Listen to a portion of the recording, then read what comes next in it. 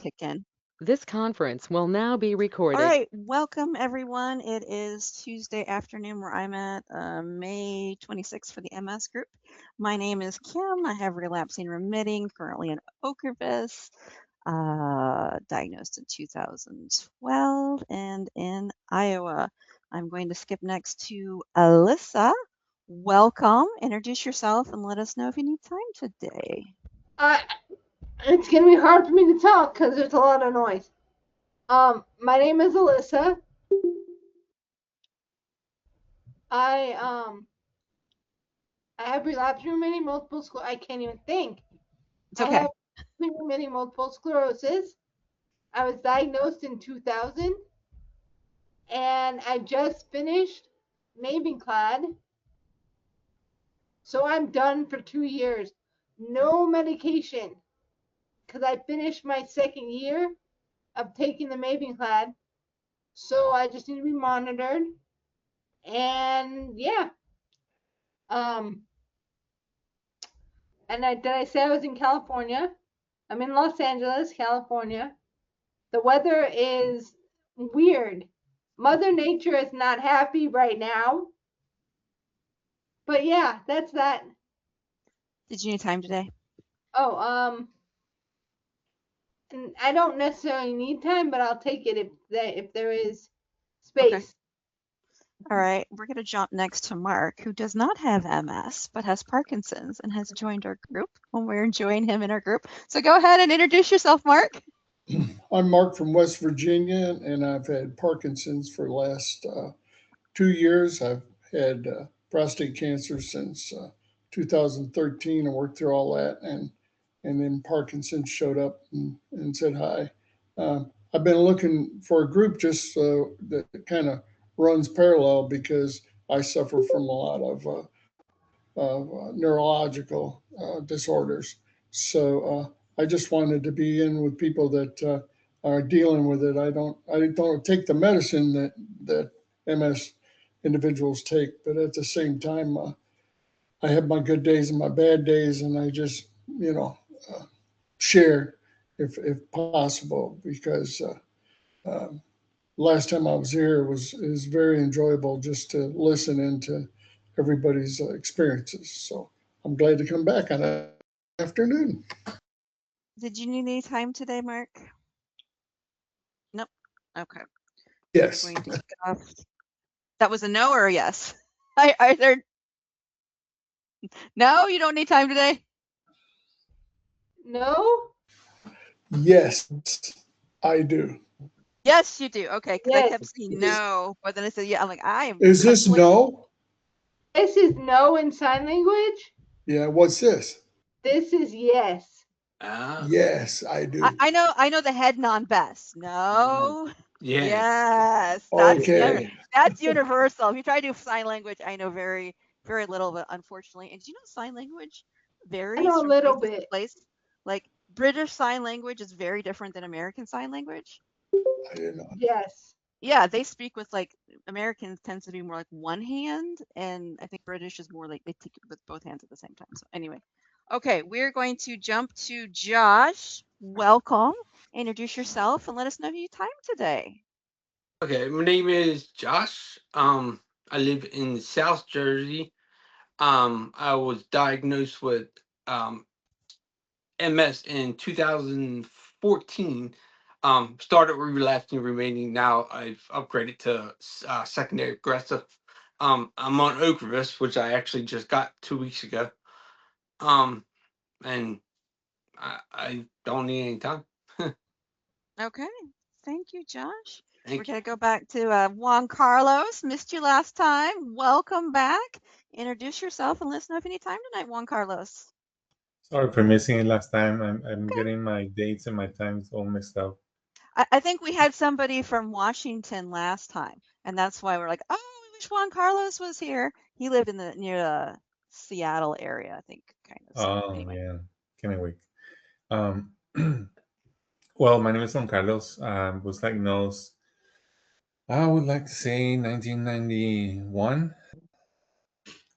I've been riding this situation for many years. I was born in Puerto Rico, and now I'm living in Spokane, Washington. I'm a divorced person with two girls, 14 and 20. And I have relapse remitting MS, but my doctor sent me to do MRIs because we fear that I might have PIRA. So we'll see. Theory that you have what? PIRA, PIRA. The progressive Independent of relapsing independent of relapsing activity. Yeah. Oh, that must be a new classification. Yeah, It's it's a basically the new same way thing of as doing it. secondary progressive. Say that again. Yeah, It's the same thing as secondary progressive. Oh, yeah. okay. Okay. But on like secondary progressions that you might show progression on your scans, I don't show any. Just my disability has gotten steadily worse. Yeah. And then did you need time tonight? No, I'm fine. I just want to participate with my family. Okay. Well, good to see you today. And then we have a caller in the chat room. Did you want to go ahead and introduce yourself and let us know if you need time tonight?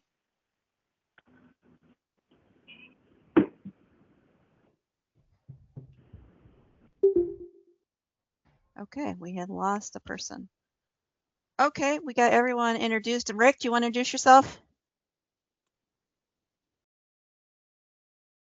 Sure. I'm Rick. I guess I'm the founder. I am the founder of AnCan. I don't have MS, but I often stop by. I love this group, and I have people who have been around me who have had MS, and so I have an interest.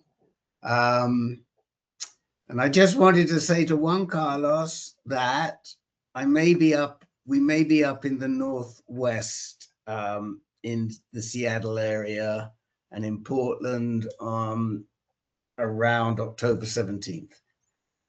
It's nice. So, but I'll we'll try to keep you make it. posted, and I don't Yes. know how far you are from where we're going to be, but we probably will have a gathering, an AnCan gathering, and we'll let you know. That's nice. Yeah, it'll be a few hours from where I live.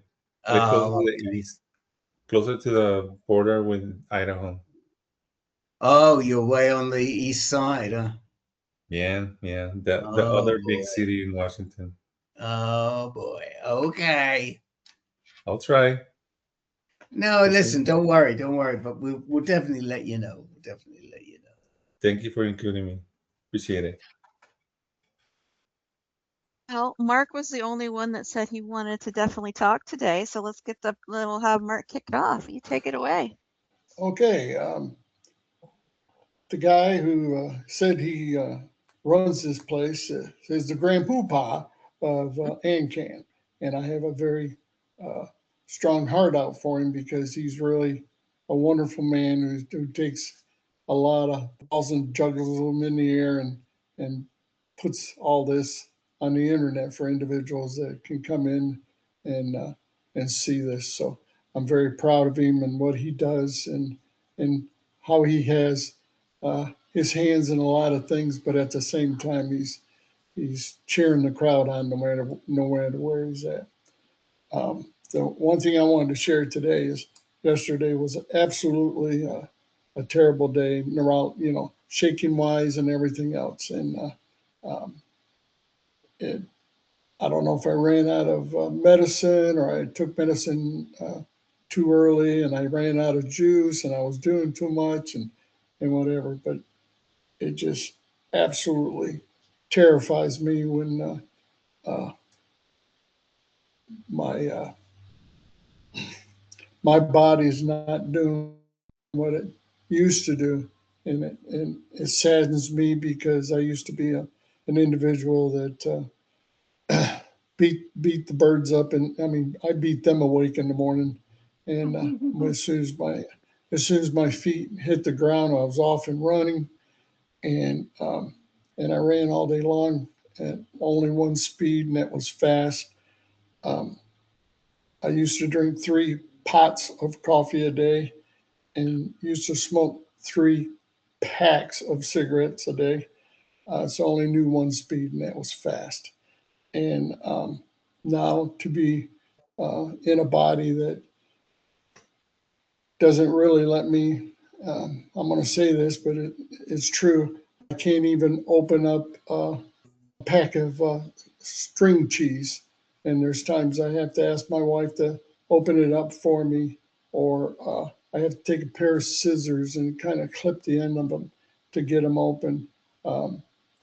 I've had to, in the past year, my children give me a device where I can get my water bottle open on a fresh water bottle. I've had to let people do things for me that I used to do for them. And it really, I love cutting grass and sitting on the lawnmower and running around the yard and cutting grass. And I can't do that no more. It just seems like as the days go by, there's less things I can do physically. And it's starting to wear on me mentally because I don't want to be this way. And I know Rick remembers the night that I told everybody in another group that I had Parkinson's. And one of the gentlemen said, well, you look pretty good for having Parkinson's. And that was 2 years ago. But prostate cancer seems like it's in the back, it's way back in the rear view mirror. But this disease I have now is really, I'm not worried about it, but it's a very uncomfortable things. And I love it when you guys share with me, like last time, that you're struggling with things too. And like I said, I have on times and off times, and yesterday was definitely an off time the whole afternoon, and nothing seemed to work. So I couldn't wait to go to bed last night so I could wake up today, because I knew I had a group I could go to and just say, yesterday sucked, and I really wanted to see some smiling faces. So it's really nice to look at my computer and see smiling faces. So that's what I got. Yesterday was a sucky day. So. I think it's important, Mark, that you acknowledge that some days are really awful and other days are okay. And I think one of the big similarities that you spoke about between Parkinson's and MS is that there's some things that you lose that are you used to be able to do very easily and that you no longer can do, and you have to learn to grieve that part of you. That how you used to love to mow the lawn, but that's not in the cards for you anymore, and you have to grieve that. And that's something that we have to do all the time. One thing I'm tired today, so I apologize. So my brain's a little extra foggy today.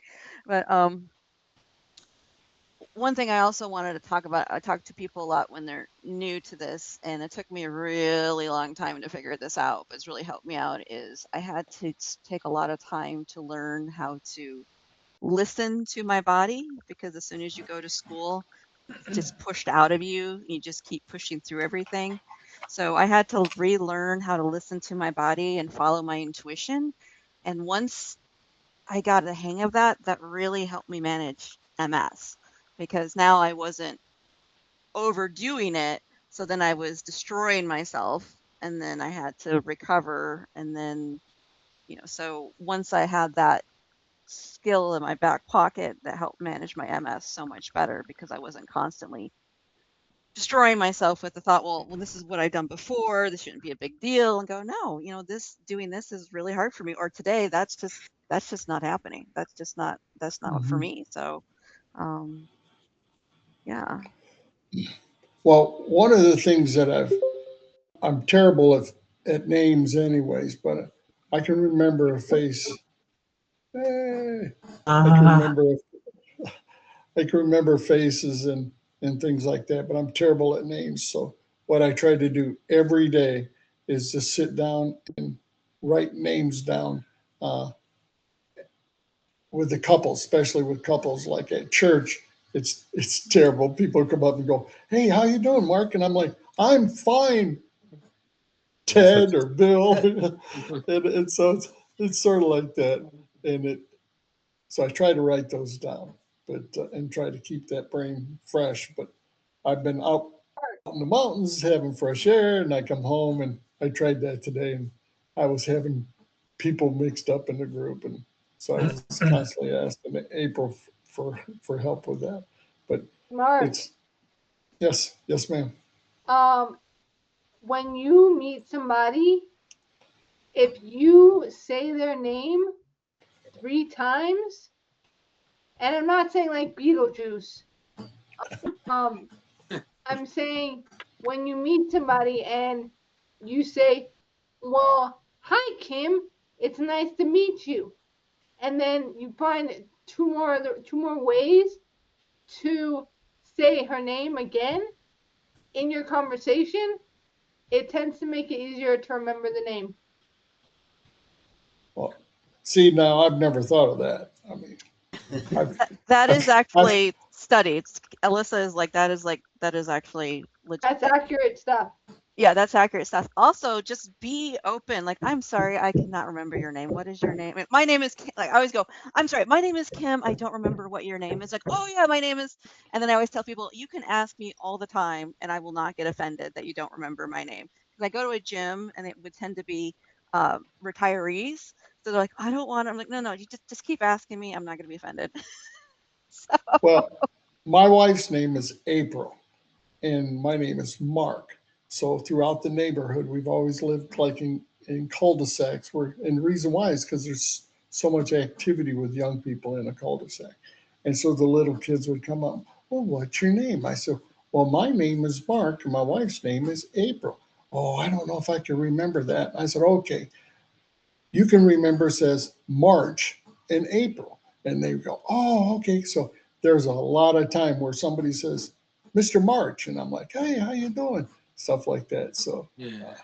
but I mnemonics mean, also work great, and yeah, visualization and stuff yeah. also helps.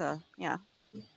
Well, So Rick remembers my name really well because for 3 years I never saw he never saw my face. So it was always Mark, Mark, Mark. You know, I thought he was, I was supposed to be a dog or something. Mark, Mark, Mark.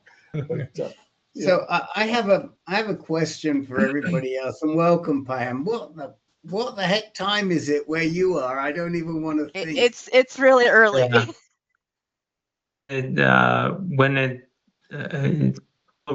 Things I wanted to say today. So when They'll it's give my you time, time. Yeah. Okay, well, why don't we go yeah. ahead since we have go ahead and introduce yourself, Pam, and then I'll definitely put you down that you want time today. So go ahead and introduce yourself to the group and welcome. Could I have First of that? all, tell us what time it is in the morning, just to shock everybody. Well, that's one of the things I wanted to say. It's almost 3:30 in the morning here. Oh my God. 3:20 in the morning, and I just stayed up just so that I don't miss this session with you guys, and also tell you, is it possible to move the time into a little bit earlier, or say back at 8 p.m. or something like that, because it's So let me just address the second one, and I do want to come back to Mark because I've got a question for everybody. But originally, this meeting was at 8 o'clock, like the other ones, Yeah. and then we had people who lived even further east, so it was starting at 9 o'clock for them, and we had other people who said, "Oh, we need an earlier meeting in the day because that 8:30 meeting is too late for us." And so we came up with this meeting, and that was probably about 2 years ago, Kim. when we did that? You It was 2 years ago, maybe at least a year and a half. At least a year.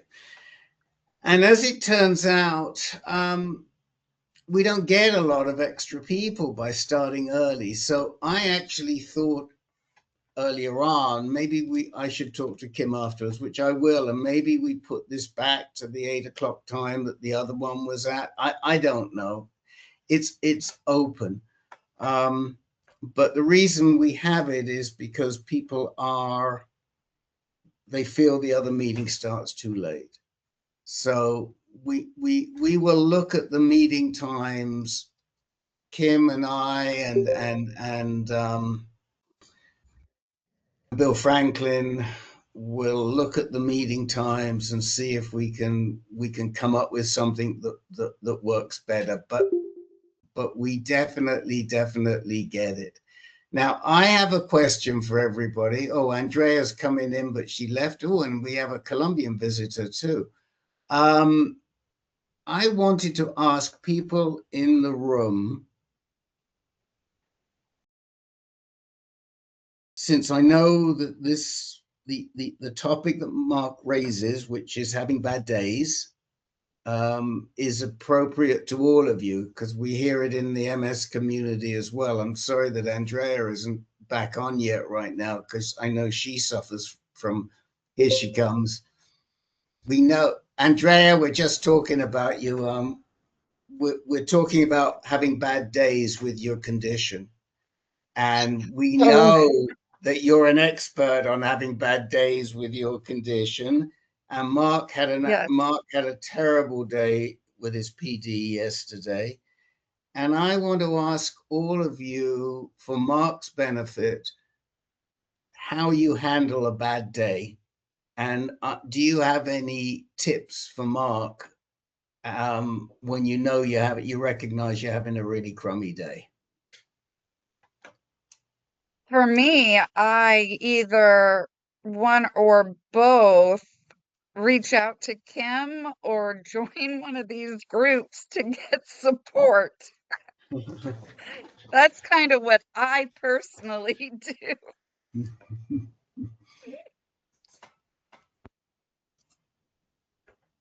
I think one of the things, and then I just try to remember that tomorrow will be better, or hope. that's the I've thing been I was having going to a jump lot on. of bad days lately. My hope isn't always turning out, but take the steps that I can to make things improve. Miss Kim? What I was going to say is when I have something like a symptom that's coming in, like, the fatigue is getting worse or something, I have to put myself in a mind frame of like, the first thing is like, is this temporary? Is this going to last days, weeks, months? Is this my new normal? And I have to stop going down that spiraling out. And I just have like it's just used to live one day at a time. Like, I'm just having this today. It could be just an off day, and not get super attached to the idea that it's permanent. Like, it just, and I think a lot of times too is just giving myself grace and cutting myself slack. Like, yeah, you can have a rough day where you just don't do much. And one of the symptoms that has come to me in the last, I don't know, 3 to 4 months, that's weird. I call it I think I'm saying the word correctly, a prodromal symptom, where you have like this pre-symptom, and what it is when my eyes start to feel weird or start to be in some pain. That's like an indication for me, you need to just chill today. You can't do that much. There's just something, even though I don't feel terrible, it's like my signal of, you need to just take it super easy today. And then it goes away. But it's something I've never experienced before. It's something in less than the last 6 months.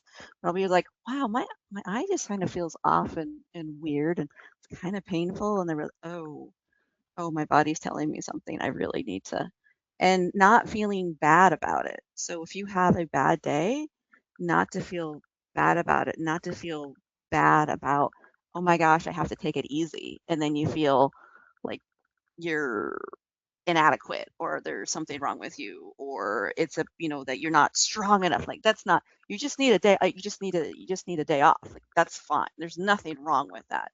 And so sometimes, because when you're unable to do things, then you start to go down this, I don't have a self value or worth, and you have to cut that off and go like, no, it's just what your body needs, there's nothing wrong with it.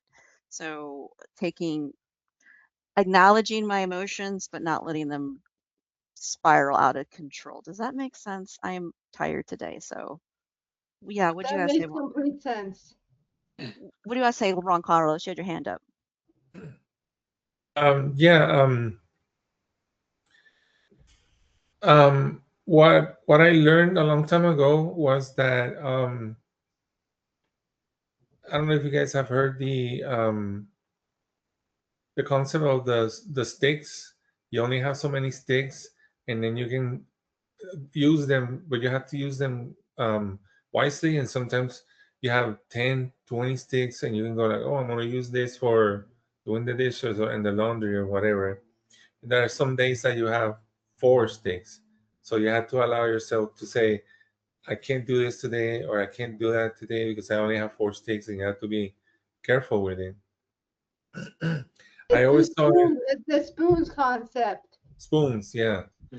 I always saw it as having a bank, like a account in a bank, and you have money deposited there.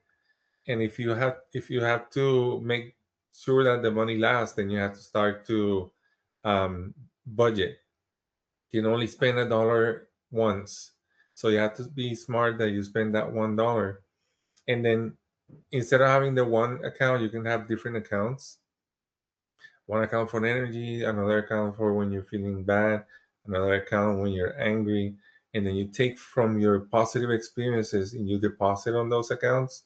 And then when you find that you need that extra strength, then you go to that account, kind of like compartmentalizing, and that way you can say, you know what, I have had so many beautiful experiences, and I know that I'm lucky in this regard, or I remember better times, and then you use the energy or the positivity that comes from the memories, and you work towards making that bad day better by reminding yourself, like Andrea said, tomorrow's going to be better. I might not be able to do A, but I can do B. I might not be able to do it super fast, but I can do it at half the speed today. And you might not believe it inside yourself. You might be like, I'm lying to myself. I'm never gonna be able to do it, and this is never gonna get better. So you take from that deposit and go, you know what? But I'm gonna give myself the chance to try it today. And today I'm going to try to do the best I can. And if you have a lot of good memories and you have people that love you, then you go to them and ask for deposits on that account. Say like, I'm trying to go through this. I'm going through this, and I'm trying really hard, but I just don't have what it takes. And then ask that person for help. And hopefully that person is going to tell you good things about you. Going like, yeah, but you have X or Y going for you, and then you try to concentrate on that, even though your mind is telling you it's not enough, this is never going to get better, and all the negative thoughts. But compartmentalizing is what I would say that it's called. Kind of take the good and the bad and store it for a rainy day, for particular areas that you know that you struggle with, things that might be like a trigger for you, like today my legs are not working, or oh my God, my mind is so busted that I can't remember even what day it is. And then you have to deal with something, and then you start acting like, am I ever gonna be able to remember my friends' names or the people from church? And it's embarrassing and all that stuff. You just want to run, but at the same time, you go like, well, I'm here at church, and they all appreciate me, and I can concentrate on the word of the Lord, and He'll give me what I need for that day if I open my heart. So always be open. to get deposits into that account. Kind of complicated, but that's how I see it. For me, it's like Kim was saying, is this a today thing? Is this a couple weeks or a month thing? Or is this going to be ongoing? And I have a tendency to catastrophize that. Like, I'm never going to feel better ever. And now I'm going to have to live with this horrible whatever it is forever and ever. And I don't think I can do, like, and so I have to slow myself down and say, you went blind, it came back. This thing happened, it's not as bad now. Like, just reminding me of myself of those things. And I'm not always good at it, but just trying not to catastrophize. Rick? Yeah, this conversation is moving towards a very important concept for anybody that lives with a chronic illness, and we face it in many different groups. And the bottom line, I think, is that you have to live in the moment, so that when something happens, it happens right now. So when Mark felt rubbish yesterday, he felt rubbish today. But Mark knows about living in the moment. And we've talked about it many times in groups that Mark's in. And in a sense, that was his coping, that, yes, I want to get through the day, I want to go to sleep, and tomorrow I expect that I will feel a lot better. And that, to me, is the essence of living in the moment. So I think that that's a good tip, that we remind ourselves, don't forget the monkey mind, forget where it's going, come back to now. Yes, I feel crap now. I appreciate that. I'm going to deal with whatever I have to do. And then the next moment, what are you thinking, Payam?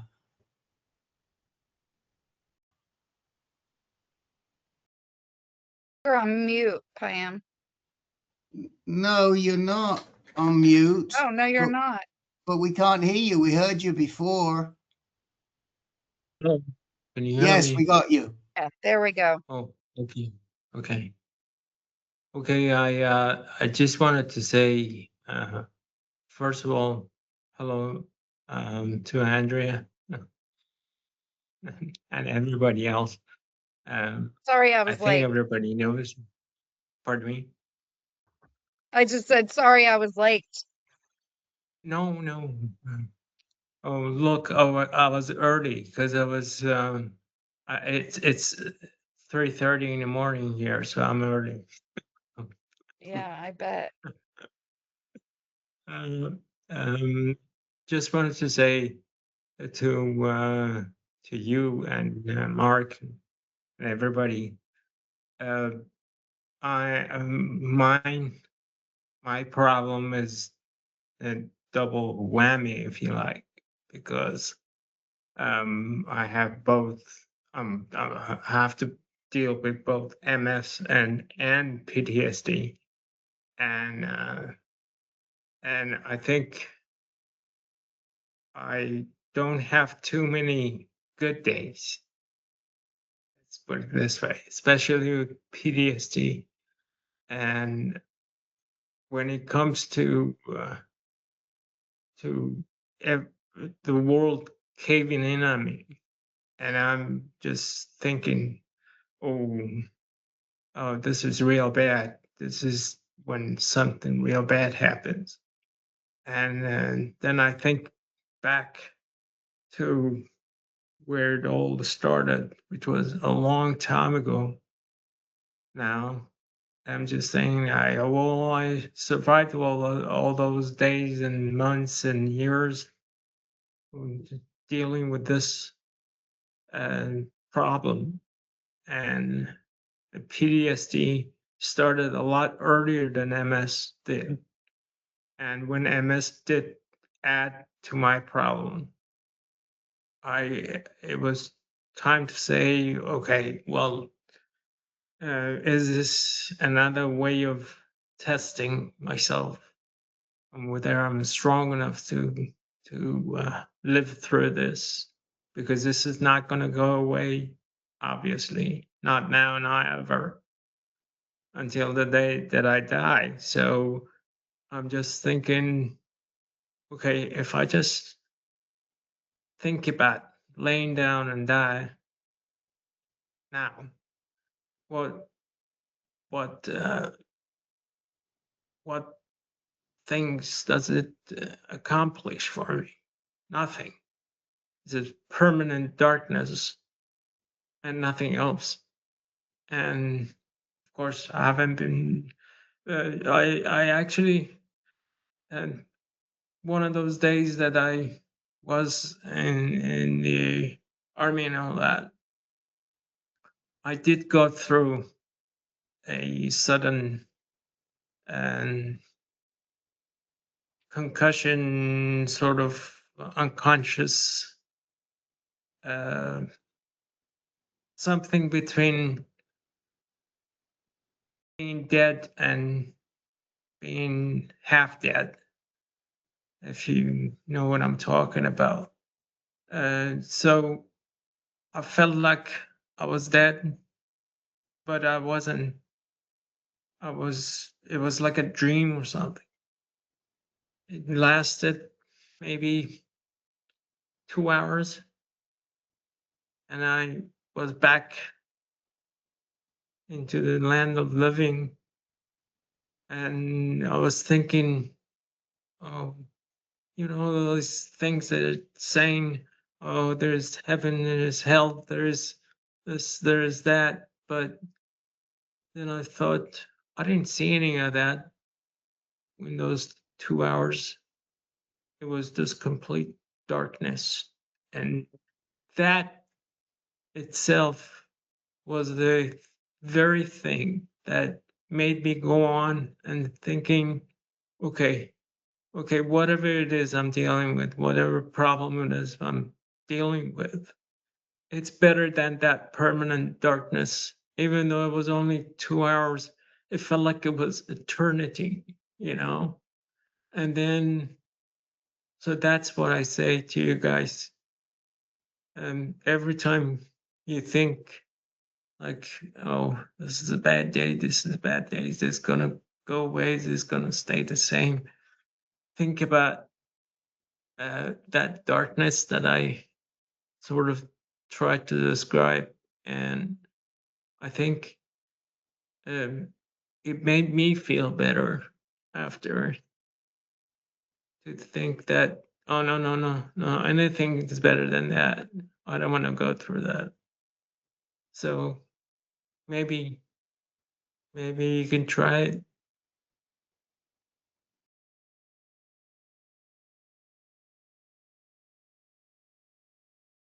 If I understand you correctly, you're basically saying that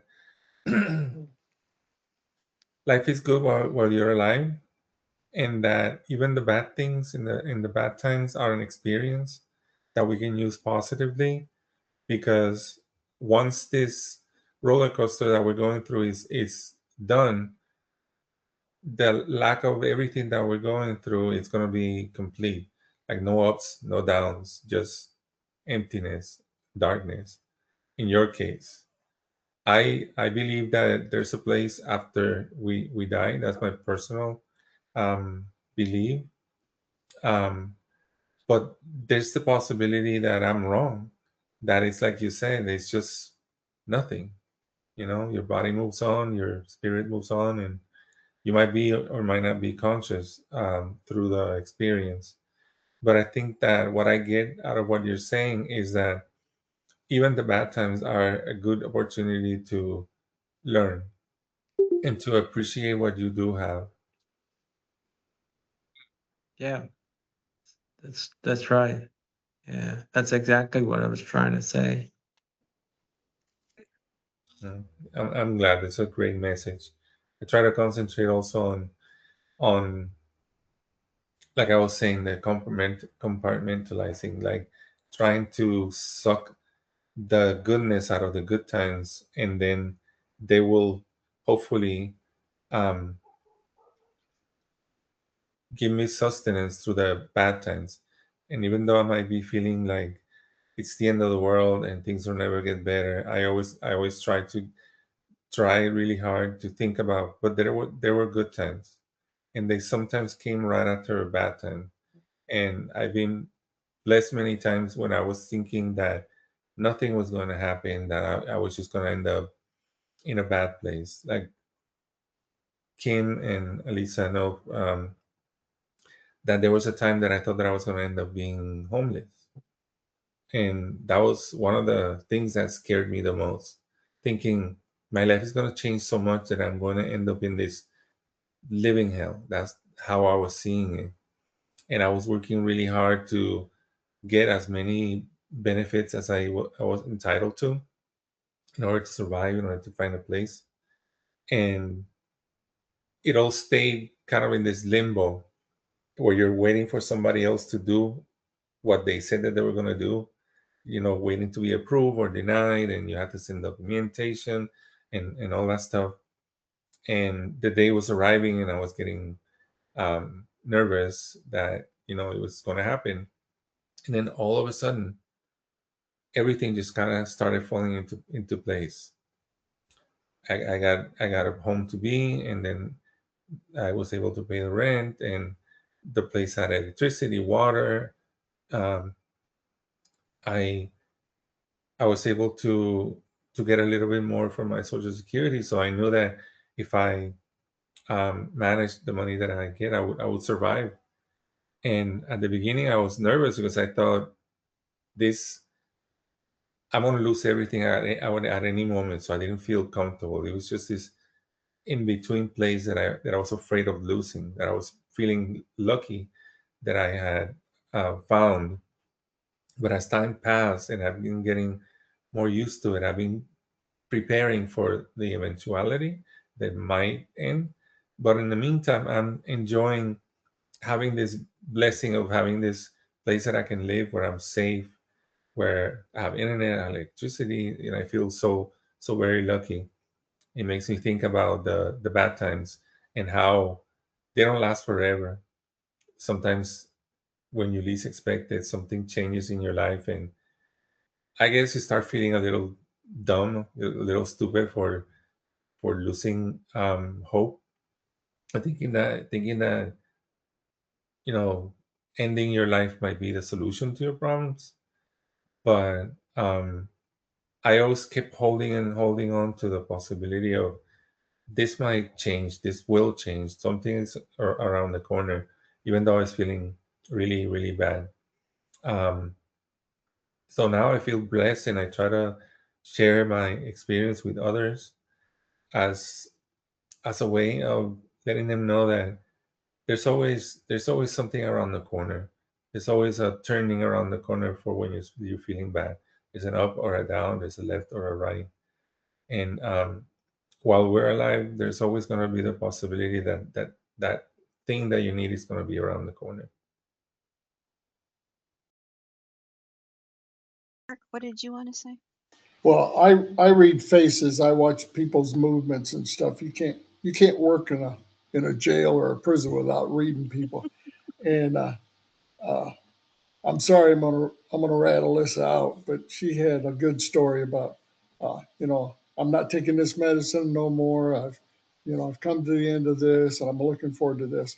Well, as everybody, including myself, are talking these uh, down parts, she's over there straightening her head out, and I was like, you know, she's looks like she's on a roller coaster because she just came up to the top and went, "Ooh, I'm at the top," and her hat flew off, and she grabbed it. And now I'm getting get to go down and enjoy some of this stuff because it sounds like she's had a rough part getting through this part of her life where now the medicine has changed, and she doesn't have to take this anymore for hopefully a very long time. So it was kind of I'm sitting here listening and everything else. But Alyssa's over there, and all of a sudden she shifts and goes, her hat goes up in the air like, hey, everything's okay on this side. So it was, I don't know if anybody else noticed it, but she was, and I'd love to hear from her because she's got to be just full of joy from where she's at on this ride, because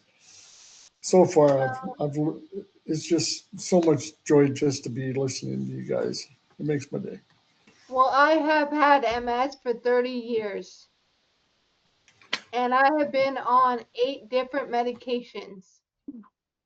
And the fact that this one didn't end me up in the hospital twice, like Ocrevus did. And I mean, I'm sitting up at my computer, and that's a big deal. You know, I'm still getting back to normal because I also had surgery in December. So it's just about taking the good days and running with them. That's all there is to it. Is I take the good days with the bad and I move forward. I mean, I don't know what else you want to hear, Mark. I am a ball of joy. I like to make jokes a lot. You know, I mean, life has thrown me a bunch of lemons. And I have made some freaking awesome lemonade. You know, I mean, I don't know what else to say. I've been through hell and back. I lost my mother when I was 17, right after I was diagnosed with MS. So, you know, I mean, it's tough, but I'm able to, again, take the good with the bad. I have gotten where I am today because of that. That's all. I mean, that's what I have to say.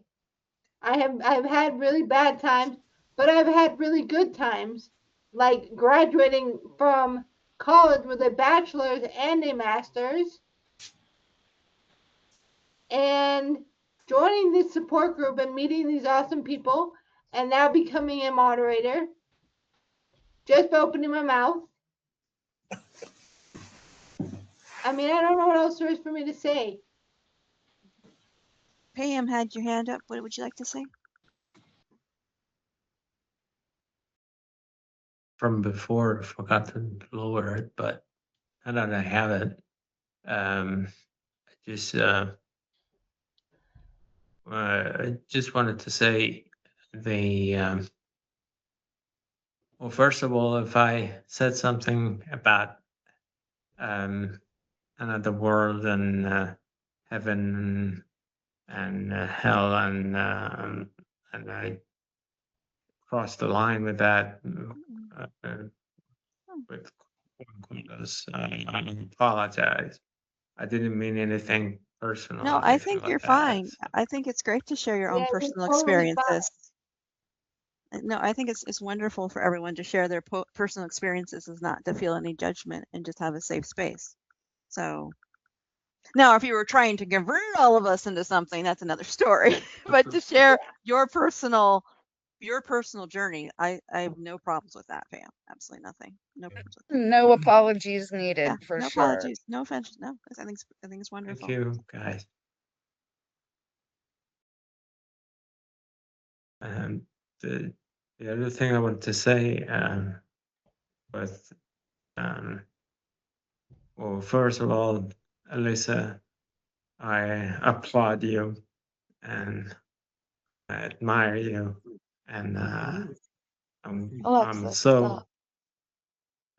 so happy to be part of this group and hear those remarks from everyone. And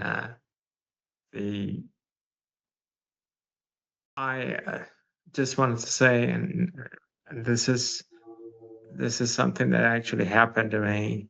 So I considered myself a normal person before the age of 13, when the PTSD happened to me, and I've been living with that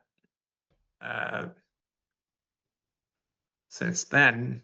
I'm 58 now, so it's been a long journey and all that.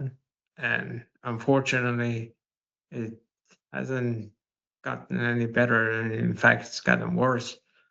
But MS made it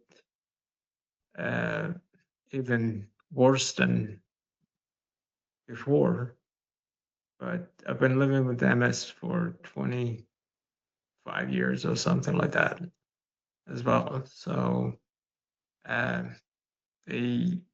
think the mere fact that I'm here today talking to you guys and all that, I think is a blessing for me, because I many times, and it's funny you were talking about ending it, and that happened to me so many times, especially when I was younger, and with PTSD and all that, and somebody else wanted to do that for me at times, but I ended up still living instead of dying, and I thought there was a reason for that. Still can't put my finger on the reason why, but there was a reason I stayed alive, and I think it was good.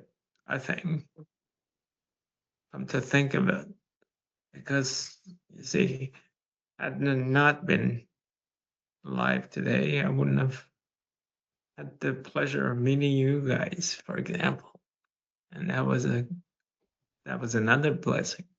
You see, so always look at the positive things that happen, and I think with that, I think I'll finish my remarks about this for now, anyway. And I want to say one thing. You know what Monty Python says, don't you? You know Yes. what Monty Python says, don't you? Always look on the bright side of life, right? I just said a lot. Yeah. I knew you were going to say that. I want to say something for all the MSers. You have to remember that with MS, it is not something you will die from. You are going to die with it, and you are going to survive it, and you are going to get through the easy times, the tough times, the ugly time, whatever you want to say. You're going to get through it, because this disease is not going to kill you. Oh yeah, I do know that. It's just that with me, physical disability and visual problems, and especially the loss of function in my hands and all that is really taking a toll on me, really. And I think cognition problem is not all that much. There is still a bit there, but not all that much. But I think it's physical disability that is really taking a toll on me, and sometimes that makes you even feel worse than, if sometimes you wish that the MS would actually kill, but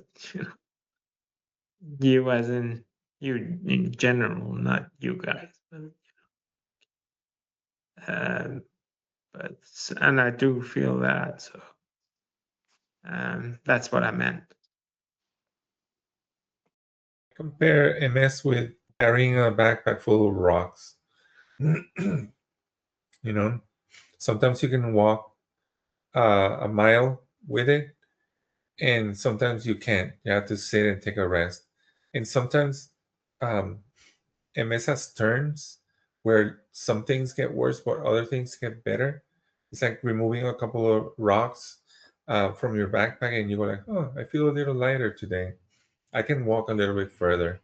And there's always like a nice bend or a nice meadow or brook that you're seeing from afar. You're like, "Oh, I wish I could reach there," and that motivates you to go. You know what? I have the backpack, and it's hard and it's painful, but I've walked so far with it, even with the weight on it, and I know that if I concentrate on the goal that's around the corner, the weight of the backpack kind of becomes part of you, and you feel like, well, I'm not necessarily 300 pounds, but I've been able to walk with 300 pounds. I think I can walk a little bit more. I think I'm strong enough to push forward. And I wanted to also add to you in particular, I admire your story. You were a dentist for so long, but decided that that's not what you wanted, and you were an adult, and you decided, you know what, I always wanted to be an engineer, and then you went to school and got great marks. And I don't know if you ended already with the engineering, because last time I had an opportunity to listen to you, you were pretty close, and you're saying that your brain basically it's in good shape, your cognition is in good shape. I don't know if you were able to finish your education. I asked. Hopefully, if I see, I have to do 2 more exams, and I have 4 assignments to finish, and after that, yeah, I graduate. But which is, well, if everything goes well and my hands don't stop working, by the end of next month, I'll be finished. So yeah, Wow. Look at that. And he's inviting us all over there for his party after the graduation. So get your bags packed, set your watches. yeah, Yeah, I'd well, I'd like For it. to. yeah, that's it. That's So it. you'll have Sorry, Pam, you'll have a master's in what type of engineering? What is your, I think it was a master's. Am I remembering this correct? masters in materials engineering. Materials engineering. Okay. Well, it's actually a chemical engineering, but materials engineering is a specialized part of chemical engineering. So yeah, but like I said, I just do it because it just keeps me sane, right? Uh, Otherwise, I go insane. I just don't know what to do with myself. You know, as Andrea put it very precisely, this you just have to deal with the bad days the way you can, and I do appreciate that. I do admire that, and Alyssa, of course, as well, and then everybody else in their way, saying that I have to keep going. You can't stop, and I do appreciate that, and I think that's the only way to go anyway. If, if you just otherwise you just go insane, I guess. Are you looking for an engineering job after graduation? Are there anything available in Australia? Well, I did it through a global university, so it's something I can work in pretty much any country that that I choose. But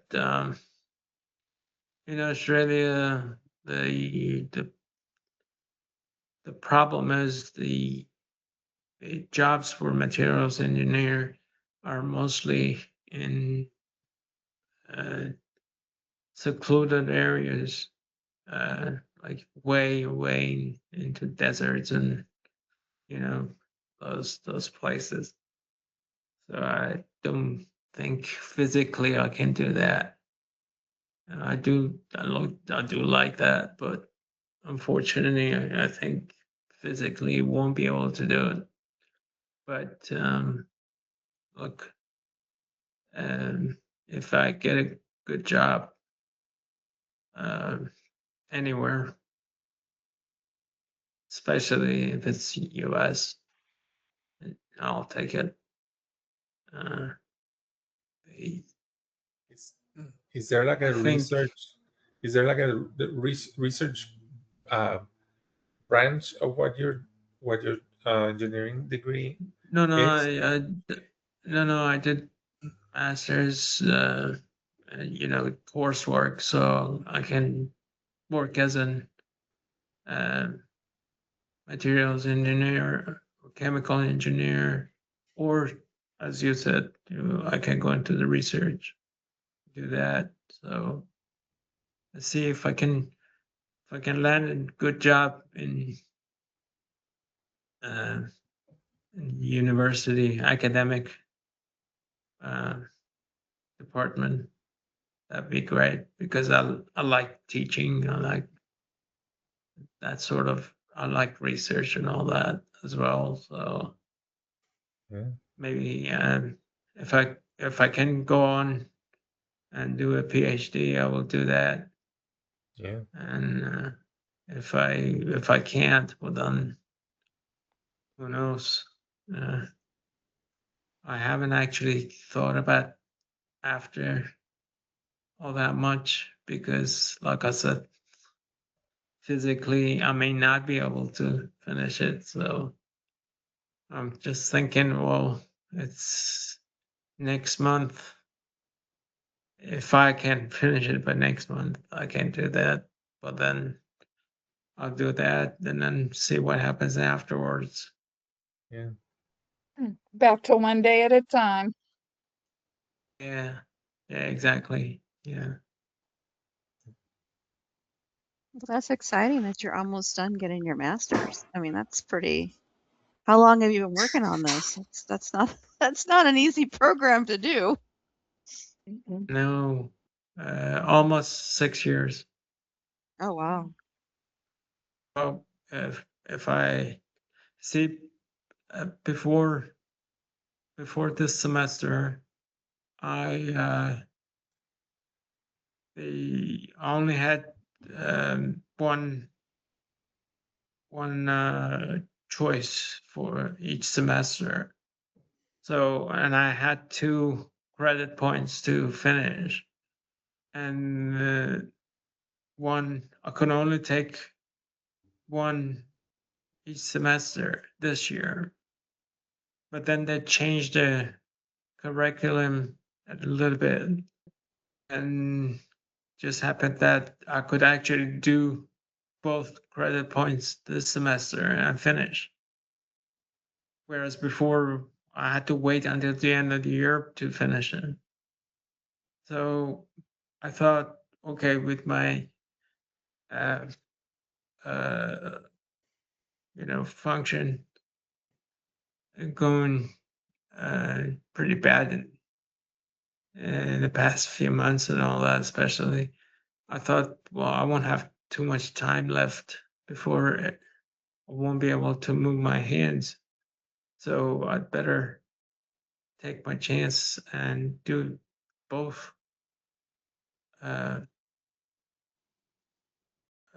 subjects courses to finish by June, by the end of June, instead of having to take the chance for the next semester. So it's hard. It's quite difficult, but I like it in a way because it's a very good distraction. It's very good distraction. You know, when I'm actually concentrating, I forget everything, even if it's just for a few minutes. So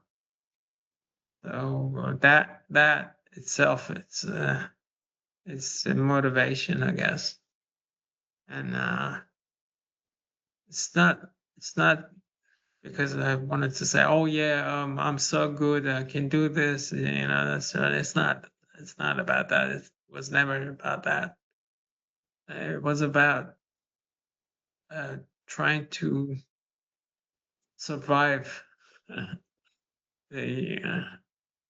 the onslaught of all these thoughts and bad thoughts, you know, and bad, as you said before, bad days and all that. And it sort of worked. I mean, it did work, I would say.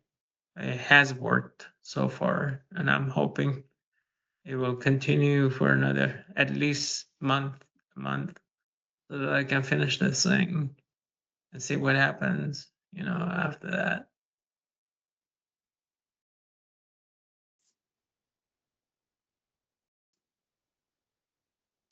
When you talk I- about now having the the use of your hands, have you thought about other accessibility features like speech to text and AI and stuff like that, so that you can still use your brain with the computer, so that you can make up for the um, disadvantages of your physical condition? Well, you know, for to do the exams, you mean? For the exams, and then when you find a job, if you go into research and stuff like that, and your hands are not working for typing and stuff like that, your computer can help you. There's a lot of Uh, I things that you can do. I I use voice to text a Mhm. lot, and that works okay. But with the exams and assignments and all that, we're not supposed to use AI anyway. But I don't like it either because you see, you don't learn anything. You just get somebody else to do your work, and then that to me, it's a way of just, you know, why do I even bother doing this if I'm not doing it to learn something new, and and you know, while the brain is still working, you know. Yeah. And There's AI, and then there is the ability to use your brain and input stuff in the computer. I'm not saying use like ChatGPT or any AI thing. I'm saying, or we're saying that there are modalities that you can use even on the oh yeah, computer yeah, to talk into your computer. Yeah, yeah, the accommodation yeah, part. yeah. using technology to work around Yeah, losing the dexterity use of your hands. Yeah. yeah. Finding something that the computer can help you um, make up for your shortcomings. And I don't know how it is in Australia, but here in the States, there's accommodations that they can make. Like you can take longer on the exams, and you can use calculators and Oh yeah, yeah. people that can We do write have for you.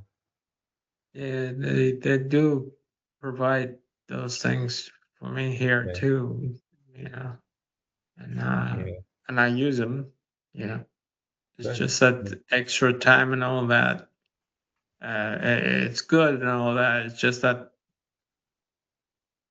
sometimes it doesn't work anyway because Yeah. my hands are in such a bad shape. They should have the ability to have somebody Do it that for you. will transcribe whatever you're saying. Yeah, If you're part like of I the said, social services of your school. yes, like I said, I use voice to text, and that works okay. So, that's that so far. It's been great. So Do you record your classes? You use a recording device? yes, oh they provide us with recorded lectures and give us slides, and they don't give transcripts, but the lectures come with transcripts, and you can actually copy them or print them out, that sort of things. And I do that. So So not you're on top of it.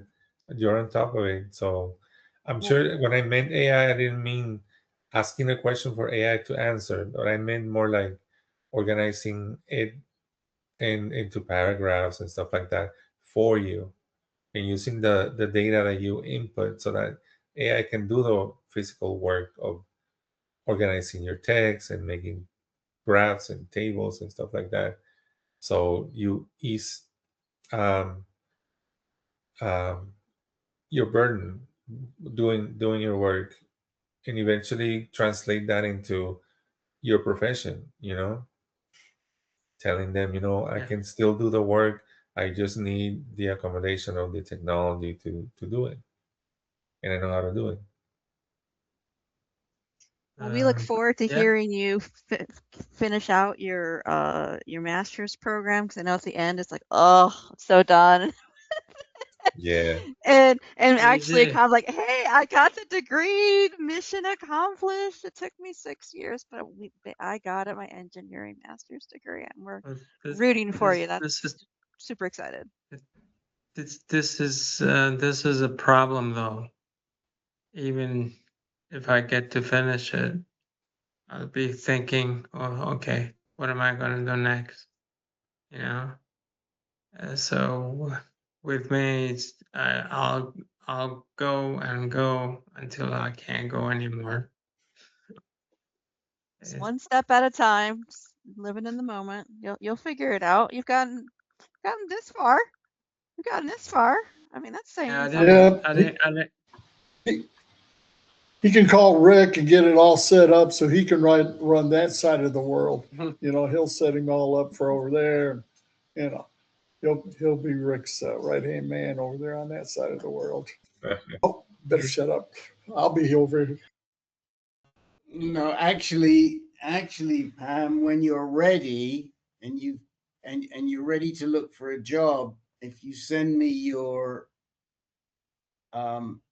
CV, I actually have somebody that may be able to help you in Australasia, who works for one of the huge pharmaceutical companies, and he's a big time manager there, and he's a chemical engineer by training. He got his chem eng degree at Cambridge, and he's been with GSK. I think they hired him from Cambridge, actually. Yeah, he's been with GSK many years, several years. He's my best friend's son. So I've known him since he was born, and he's a good kid, and he may be able to he may be able to help you within the GlaxoSmithKline area. I'm telling you guys, this guy is a guy who knows everybody. So Well, you just need to You just need to Rick sit does. back and watch him do his Yeah, thing. no, I know. I mean, I'm listening to you. I'm thinking, oh, Arthur can help here, and I'll tell Arthur he's got to help. He's got to put his back into this and see what he can find. But if that's what you want to do, so when you're ready, you'll send it to me, and then I'll reach out to Arthur and I'll get him. He's currently in Jakarta, but he's just got a promotion to run multiple facilities in Kuala Lumpur. So he and his wife are going to be moving. Well, Rick, if you come to West Virginia, this is how we Yeah. do it.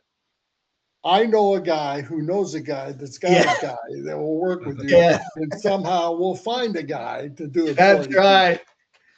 That's right. But that's how they work in Romania too. I don't have to go to West Virginia. I already had 5 years of that in Romania. There you go. That's everywhere though. Like it's always about who you know, not what you know.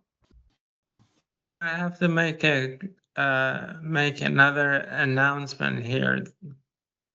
Now that you said that, because I started my master's degree at the University of Adelaide here in Australia, but halfway through it, I thought, okay, can I find a university in the U.S.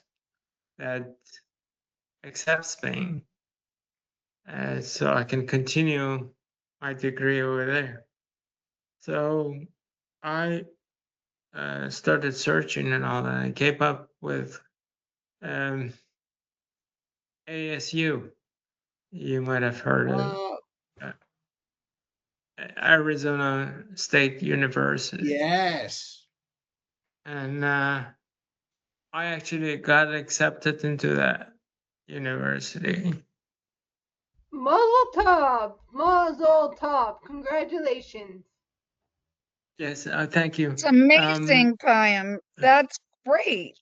Congrats. Thank you, Andrea. And then I thought, okay, but then the problem was that, see, I'd already done half, I was already halfway through the degree, but Arizona State University did not accept any of those The transcript. subjects that I did. Bummer. And then, well, they accepted. I'd done 8 subjects here, and they accepted only 2. And they said I had to repeat all these other ones. But that's where I'm going after I finish. So I'm gonna go back to ASU, show them my results and what I've done and all that, and see what they say. If they, I'm seriously thinking of, even if they say, okay, well, now that you finished it, we accept 6 or 5 or whatever, and you have to do maybe 4 or 5, repeat those basically. I'm thinking I might even do that because I'm thinking, okay, if I do get a ASU degree, a master's degree, I'll be able to apply for a PhD at ASU. Yeah. And that to me would be absolutely wonderful. So, but Pam, I do have to say one thing to you, just one thing, which is, I know from attending this meeting that MSs have a lot of trouble with the heat. And Arizona, you have to take that into account, because it is. I'm 200 miles south of ASU, and a little cooler here because we're high up. We're probably 2,000 feet higher up than Tempe is, Phoenix. Yeah, I know. I But it is visited hot ASU. here. It's very hot. I saw all the Brits. All the Brits are complaining that it was like, what was it there, 35 yesterday, 35 centigrade, which is like 95. And I'm thinking it's 35 here every day. Just saying. Trust me. The temperature is the last thing that I'll be thinking about if I was. Okay, I know this group though when it comes to temperature. What's the temperature in Australia? Am I wrong, Miss Kim? What is it now? Here? Did you say what is? Did you say what is it now? What is the temperature? Well, I'll tell you. 30. It's 30 Fahrenheit here. It is currently, yeah, it's about the same here right now. It's 86, but it's probably 90, probably 92, 93. It's probably about 38 in Phoenix today. It's so But nice it's to have 30 someone that can figure out Celsius and Fahrenheit back and forth very easily. Yeah. Rick is very good at that. Here. Just a Well, second. that's easy because it's 30 here, but I didn't mean 30 degrees centigrade. I meant 30 Fahrenheit. Oh, 30 Fahrenheit. It's colder Oh, there that's than right, it is because here. it's winter. I forgot Yeah, it's because winter. it's winter Yes. here. That's Not even right. winter now. Yeah. Right. But what is the summer like there? Summer, maybe a couple of weeks of hot weather, but that's it. The rest is cool. Okay. Maybe something between 75 to 80, something like that.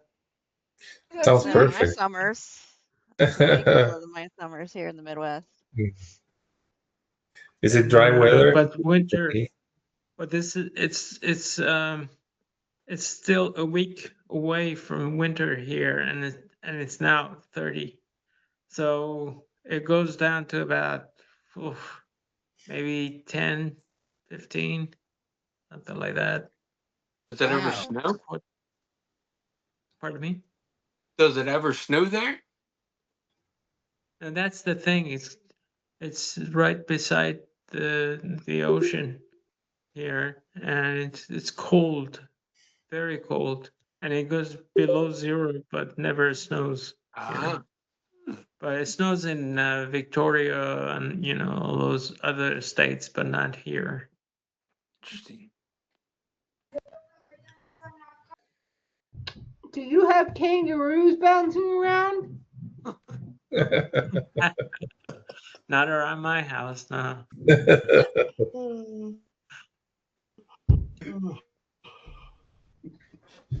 Does anyone, I know Andrea came in late and Mike, do you guys need time today at all? Andrea, you weren't able to introduce yourself now. Okay. I know Payam, you wanted time today. Did you get to talk to what you wanted to talk about today? Actually, I just wanted to talk to something completely different, and to do with my go to my account and all that. I can't get into go to because it just keeps giving me the message your password is wrong. I'm not quite sure, and it's happened the past maybe 3 times now, and I don't know why. So you don't need a password. You don't need a password to get into the meeting. You shouldn't be putting a password in. I have a feeling I know what you might be doing. If you see something on our website that says log in, that's you don't want to go there. You just want to get into this room. I'm going to put going to put a link in the chat window, and it's also in the reminder. So hopefully you're receiving the reminder. And I'm going to put this link right now in the chat window. And all you need to do is, whoops, that didn't work. All you need to do is click on this link, and it'll bring you in. Miss Kim, maybe you can work with Pam to help him. Also, too, the room has to be opened up by a moderator. So That's right. if you show up early, nothing's gonna happen. And today See, it wanted me to- like when session starts. I'm like, no, I'm a moderator. You need to. So I had to put in a username and password to get in, and then open up the room. Yeah, but that's only See- Kim. Kim has to put a name and password in, but nobody else need to. I tell you what happens when I go in there. It says, "Do you want to log in using your browser or go to?" That's what it Oh, tells he's me. probably talking about GoTo. Is probably talking about the app. Are you Yes. on a computer or The your app, phone? Yeah. I have the app on my computer and on the actual on the computer on the laptop. Okay, And let then, me see. Let me see if there's a help number for Australia. There may well be. So let me see. I'm just going to Google. Go to help desk in Australia, and then you can call them and see. I'm gonna say as an aside, Josh, I know that you were here a month ago when I wasn't here. Did we get your email address? Are you getting the reminder emails on MS Yeah, PD's? I was getting them a long time ago. I used to always watch on YouTube. Oh, okay. And finally I decided to join, like actually come to the session. Yay! Is there anything you wanted to talk about or discuss or comment on, Josh? Nah, I'm just listening. It's nice hearing everybody's, because that's just everybody's thing. And I don't work anymore. I don't drive anymore. I can't drive anymore. So I'm home 24/7. Okay. I'm 42. Anybody else know? I'm just married. My wife's a teacher. So it's just I'm home all the time and trying to find something I can do. Yeah. Because I really can't do much then. But like I can't walk. I can barely walk. I can't walk from here to there without. I use a cane every day. My tremors real bad in my left hand. Just all the problems. Do you know we have an under 45 group as well? We talked Yeah, about. yeah. I actually want to get into that one too. I haven't done that yet. Okay. But I'll Come make on sure. over, Josh. I'm one of the moderators for that group. yeah, I want to. I'm like I said, I'm pretty much always available. Can you remind us, Alyssa, when that group meets and at what time, please? That is the fourth Thursday of the month. And in California, it's at 4:30. Should be 8:30 here. So it'll be 7:30 Oh, Yeah, 7:30. Eastern time. Okay. yeah, 7:30 7:30. Eastern Okay, time. it's 3 hours. All right. All right. Yeah, The that's fourth perfect. fourth Thursday of the month at 7:30 Eastern time. Yeah, and I should get this email. I Thursday. usually get email. Okay, fantastic. There's Oh, one you this do get Thursday. email. I was just trying to check, but if you get the under 45's email, I don't have to check. That's good. Yeah, I get it.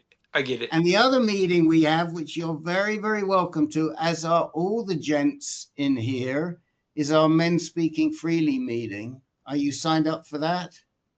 I actually get the email like that it's going on. Good. I haven't been to it. But as long as you get the email, because I'm just trying to fill up your day for you, you know. Yeah, I get the email that too. Okay. Except So this come is on in. all new to me, as because I was always like shy to get on. Don't be shy. and in the men speaking freely, the guys are really, really friendly, and also I love to have some guys in there that are not prostate cancer guys, because they all seem to think that it's like prostate cancer. Well, no, it isn't. It's for anybody with any type of chronic disease, and as Mark will tell you, and so we need to start outweighing them with other conditions, right? Right. Right, Mr. M. Josh, I would tell you to join the women speaking freely part, but yeah, you're a guy, so it doesn't work. Rules are rules. They are. Look, we see Mr. P joining us from Colombia. How are you? You're on mute, Mike. You have to unmute. He's working at it. He's working at it. He's getting help. Yep. Now you can talk. Hi, Mike. Good to see you. I'm my new assistant and interpreter and do everything I can. Can you hear him well? Yes. Okay. Yes. I think there might be Yeah, a we TV hear you on or, very well. yeah, is there a TV on or anything in the background that can get turned off maybe? Oh, let me. I hear someone else talking. Sorry, Okay. someone was talking. Can you hear him better? Fantastic. Mike, how's it going? Good, Kim. Thank you. Mike. Do you want to give us any updates or anything, Mike? Well, I came in today because I thought there'd be more talk about inflammation. He wanted to talk about inflammation, yes. It's something I'm interested in hearing about. What specific information were you interested in about, Well, Mike? I got this thing in my back. I think inflammation is compounding the problem. I take a leave and medications, and I read a report about diet and stuff like that.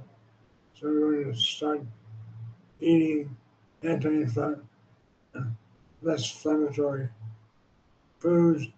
But I thought I must have missed a discussion about that. Want to have a discussion about the inflammation he has.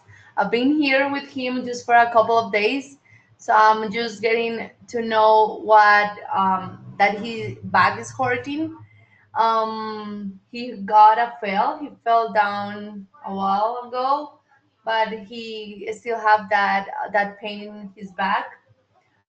We will see a doctor, but he wanted to know by you guys any suggestion also for me that I'm kind of new on this, how I can help Mike with his back. Yeah. So do you think the back inflammation is due to your injury from falling? Yes. Okay.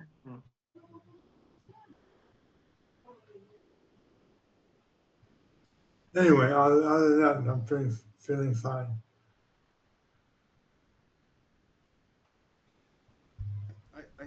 A couple of things, Mike. I mean, only, we're not doctors. We can't really give you medical advice, but anti-inflammatories, if you can deal with them, are really important. For me, when I have that type of muscular injury, assuming it's muscular and not something structural. So it definitely, continue to use the anti-inflammatories. In terms of diet, I think that in terms of diet, which I heard you mention, foods that are anti-inflammatory, you're not going to want to hear. Because I know how much you love your sugar and your donuts and all of that. But that is exactly what you have to stay off if you have inflammation. So, but I'll open that up to the group and let them talk to you about anti-inflammatory foods. I'm sure there's some knowledge there. Thank you very much, Rick. Are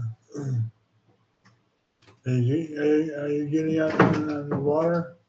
I am getting out on the water. I was on the water on Sunday. Good. But it's getting hot here, I don't have to remind you.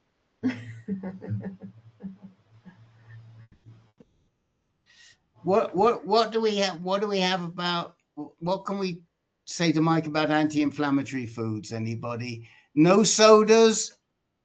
Listen, he's gonna switch me off in a minute. He's gonna kick me out. No sodas, no sugar. Yeah. When you think of it inflammatory, you think processed foods.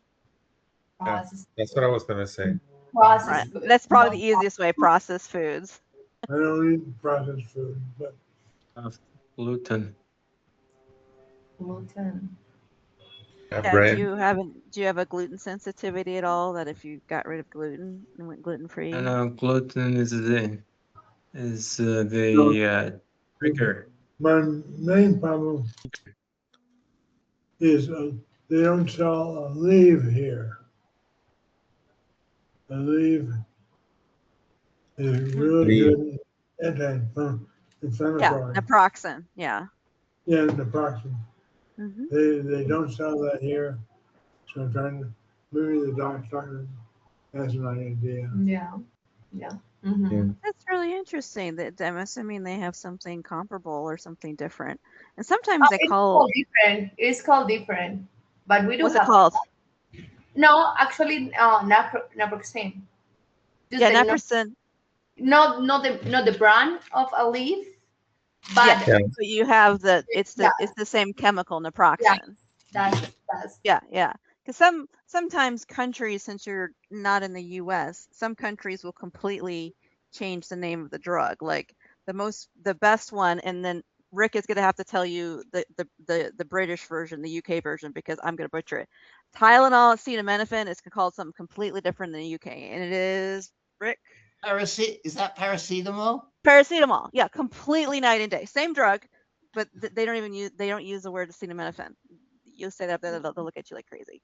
So yeah, sometimes when you're in different countries, the names change, and sometimes the name that they use is a completely different drug in another country. So sometimes you have to be a little careful on that.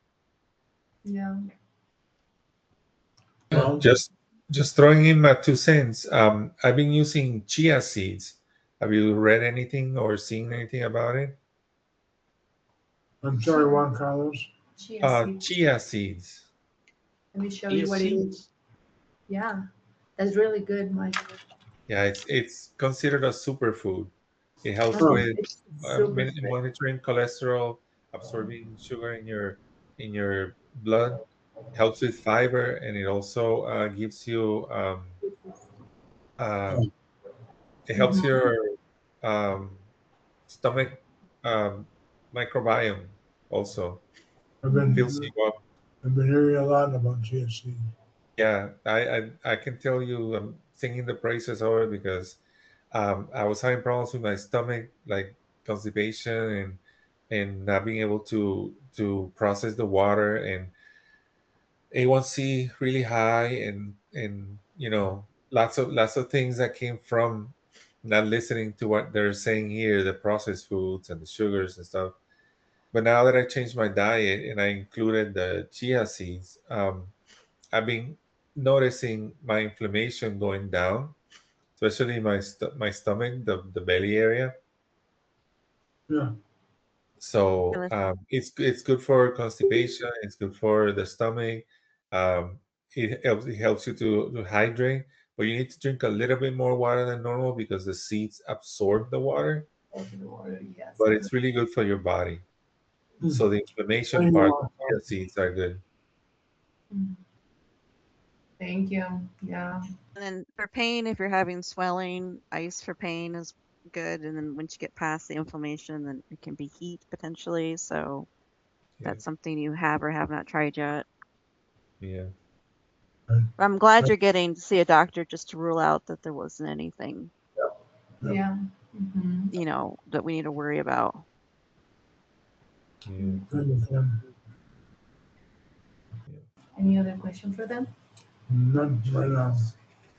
It's great seeing you, Mike. I know sometimes you can't get on camera, so it's such a pleasure to actually be able to see you today.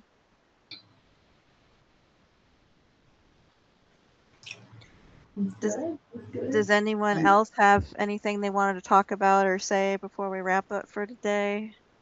Yeah, I found that number for Pam in Australia, but it looks like I forgot to put it in the chat window. So, I see it. oh, did I put it in? Yep. But it's only part of the number, I think, because it was like 1-800-091-81, and I can't imagine the phone number being 5 digits. After the 811 800. 8811. I'll put it in again. Yeah. It didn't Repeat obviously. that. I'll put it in the chat window for you if I can. It's giving me grief. It's giving me grief. Copy. So Here we just go. please just repeat it, and I write it down here. I got pen and paper here. All right. I'm going to repeat it as well. Now it's in the chat window too. 1-800-091-811. So my suggestion would be call the support line in Australia, and let them and they'll walk you through it. Yes, because it was okay the first time, but after that it just started. Is that really the right number of numbers? Maybe they have different numbers Yes. in Australia. Yeah, they do. They don't have as many people, so they don't have as many numbers. Their numbers are 6 digits Gotcha. long versus 7 digits long. Okay, I learned something new today. Yeah, okay, me too. I So did think you they get have. it, Payam? Do you need Me? me to read it again? No, it's okay. 1-800-091-811. Correct. Gotcha. Fantastic. Got it. Perfect. Yeah. Thank you. Thank you, Rick. Okay. Well, the next time we'll meet is in 2 weeks, June 9th at 8:30 p.m. Eastern Standard Time, which is in 2 weeks. All right.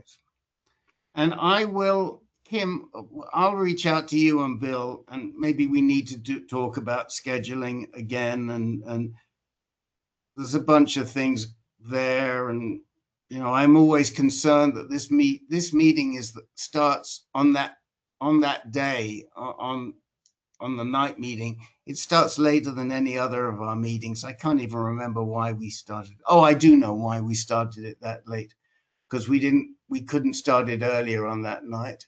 So we'll oh my gosh, look who's coming in right now. We're just Oh wrapping my up, gosh. and then John Better makes late an than never, entrance. right? Better late John, than never. you gotta come on camera to give us an update. We haven't seen you in a little bit, bud. Welcome back. Hello. You just snuck in, John. We were about to close out the meeting, but we're keeping it open just for you. I have had just a weird couple of weeks, and so daytime is nighttime. Cats and dogs are living together. I don't know what's going on. Well, indulge us. Let us into your world here. All right. So I know there's some newer people here that don't know me, and I'll just say like, hi, my name's John. I live in Michigan, mid-Michigan. I'm on Zaposia, and right after Christmas, my wife left me, and the only place for me to be was to be in a nursing home. So I'm 46, and I live in a nursing home, and I'm going through a divorce. Now that we're all there, I got to see my dog this weekend. All right. Oh, awesome. You Yeah, didn't get to see yeah. Banana at all, your tortoise? You know what? That's totally okay. Okay. That I didn't get to see Banana. That's fine. So she brought the dogs up here, Okay. and I filled out all the paperwork, did all the things. The dogs were just mellow. Like Aw. my dogs were letting like other people like reach down and pet them, and so we didn't really like take our dogs out during COVID, so they didn't really know how to socialize. Now they're super good with people. So I mean that was fun. And the second my soon-to-be ex brought up like financial stuff, I said, "I'm sorry, I'm with my dogs."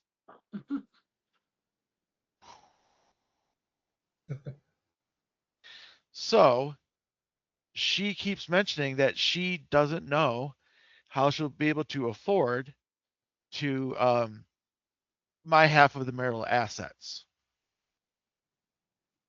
You should have thought about that before. Absolutely, absolutely. But no, like I've got lawyers on my side, elder law attorneys. I got people just rooting for me, stuff like Awesome. that. Very good. Yeah. In here, it's in here. You know, like it's a nursing home. You know, we don't get spice or texture here. Way to But put it. last night, so this was chicken fried rice from last night. Wow. It's Hold kind of on, blurry. I'm trying. Well, either way, floating in grease. And so like I just refused it straight up. I just ordered my own Chinese food from the Chinese place down the street. Good. There you go. So July 1st is my discharge date.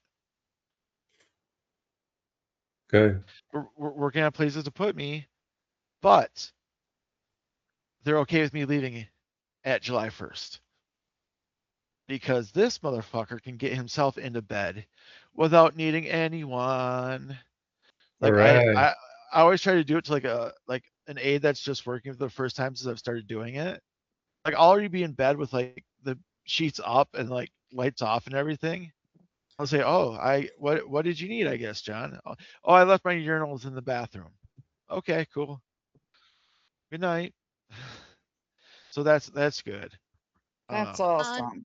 John, can you explain to the new people in the group that don't know you as well as some of us where you were at physically when you were living with your soon-to-be ex-wife and where you have come, where you have where you are now? Because okay. you've changed a lot physically in what you've been able to do. So even though your life went to hell, Yep. physically you have really improved. Oh yes, no, absolutely.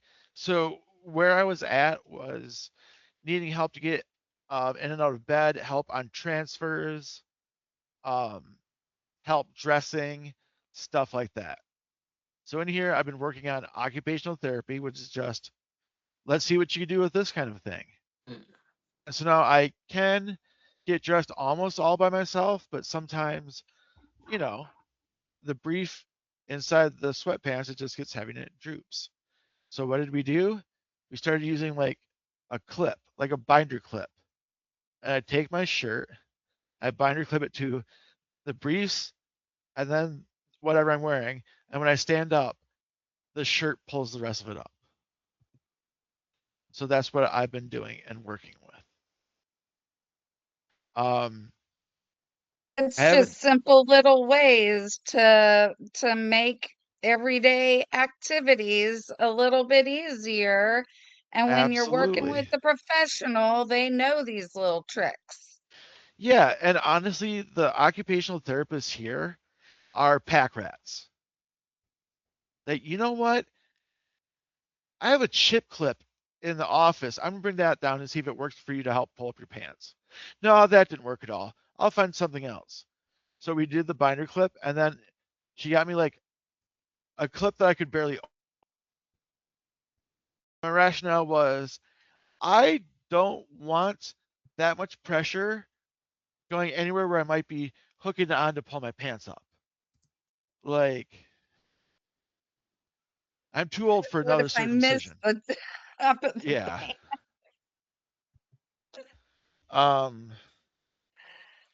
But there are things that are easier here because I have people to help me, you know. Um, thank you for that nice comment. Appreciate it. Um, weeks are hard here because I live in a nursing home, and like people die, stuff like that. And it's hard because the last one that passed away, she'd been here for 7 years, and most of the staff have known her for at least like 3 years. So I feel bad for their loss. Yeah. But you know what? It's rated the second best one in the state, which makes me feel bad for all the other ones in the state. Because like my stuff here, we play a fuck ton of bingo. Are you Even when still I've been, Are go you ahead. still getting out to go play Magic the Gathering at the card shop? Yeah, so twice a week I still can get on my bus. It'll take me to where I want to play cards, and it's $1 for the trip Both ways or each way? each way. But with gas being what it is now, there's no way they're profiting on my $1 for a 15-mile ride. That's great that they take you, though. They just want, yeah. How badly do you want to go? Are you willing to make some kind of a little payment? And Yeah, yeah, it's fantastic. it's really good. And to fill everyone in, the city that I'm living in has a population of 2,000, and that's a big drop. So there's not as many opportunities for things. You know what I mean? Like dial a ride or just like funding for stuff or like people that do specialty things. Like, yeah, there's a neurologist here in town, but I already fired him. So I already fired him. I want my old one back. However, I've met some nice people in here. So Made some friends.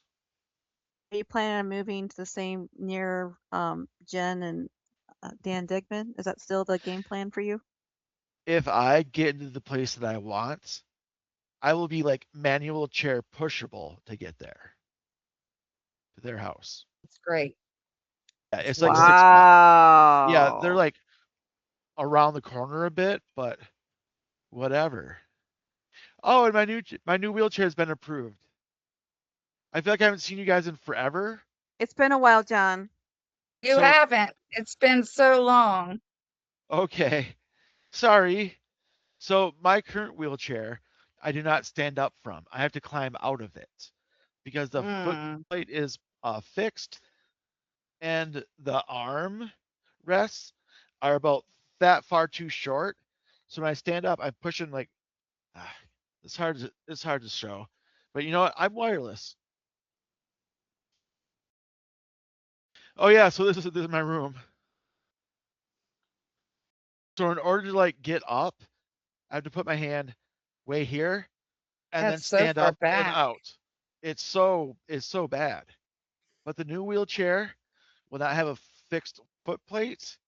It will be up to spec. It'll be beautiful. And they threw in a power assist. Nice. Awesome. So I'm like, so excited for you. yeah, I'm definitely going to be like Oh man, my arms are getting tired. Rah, rah, rah, rah, rah, rah, and then just really quietly make it sound like a big old engine.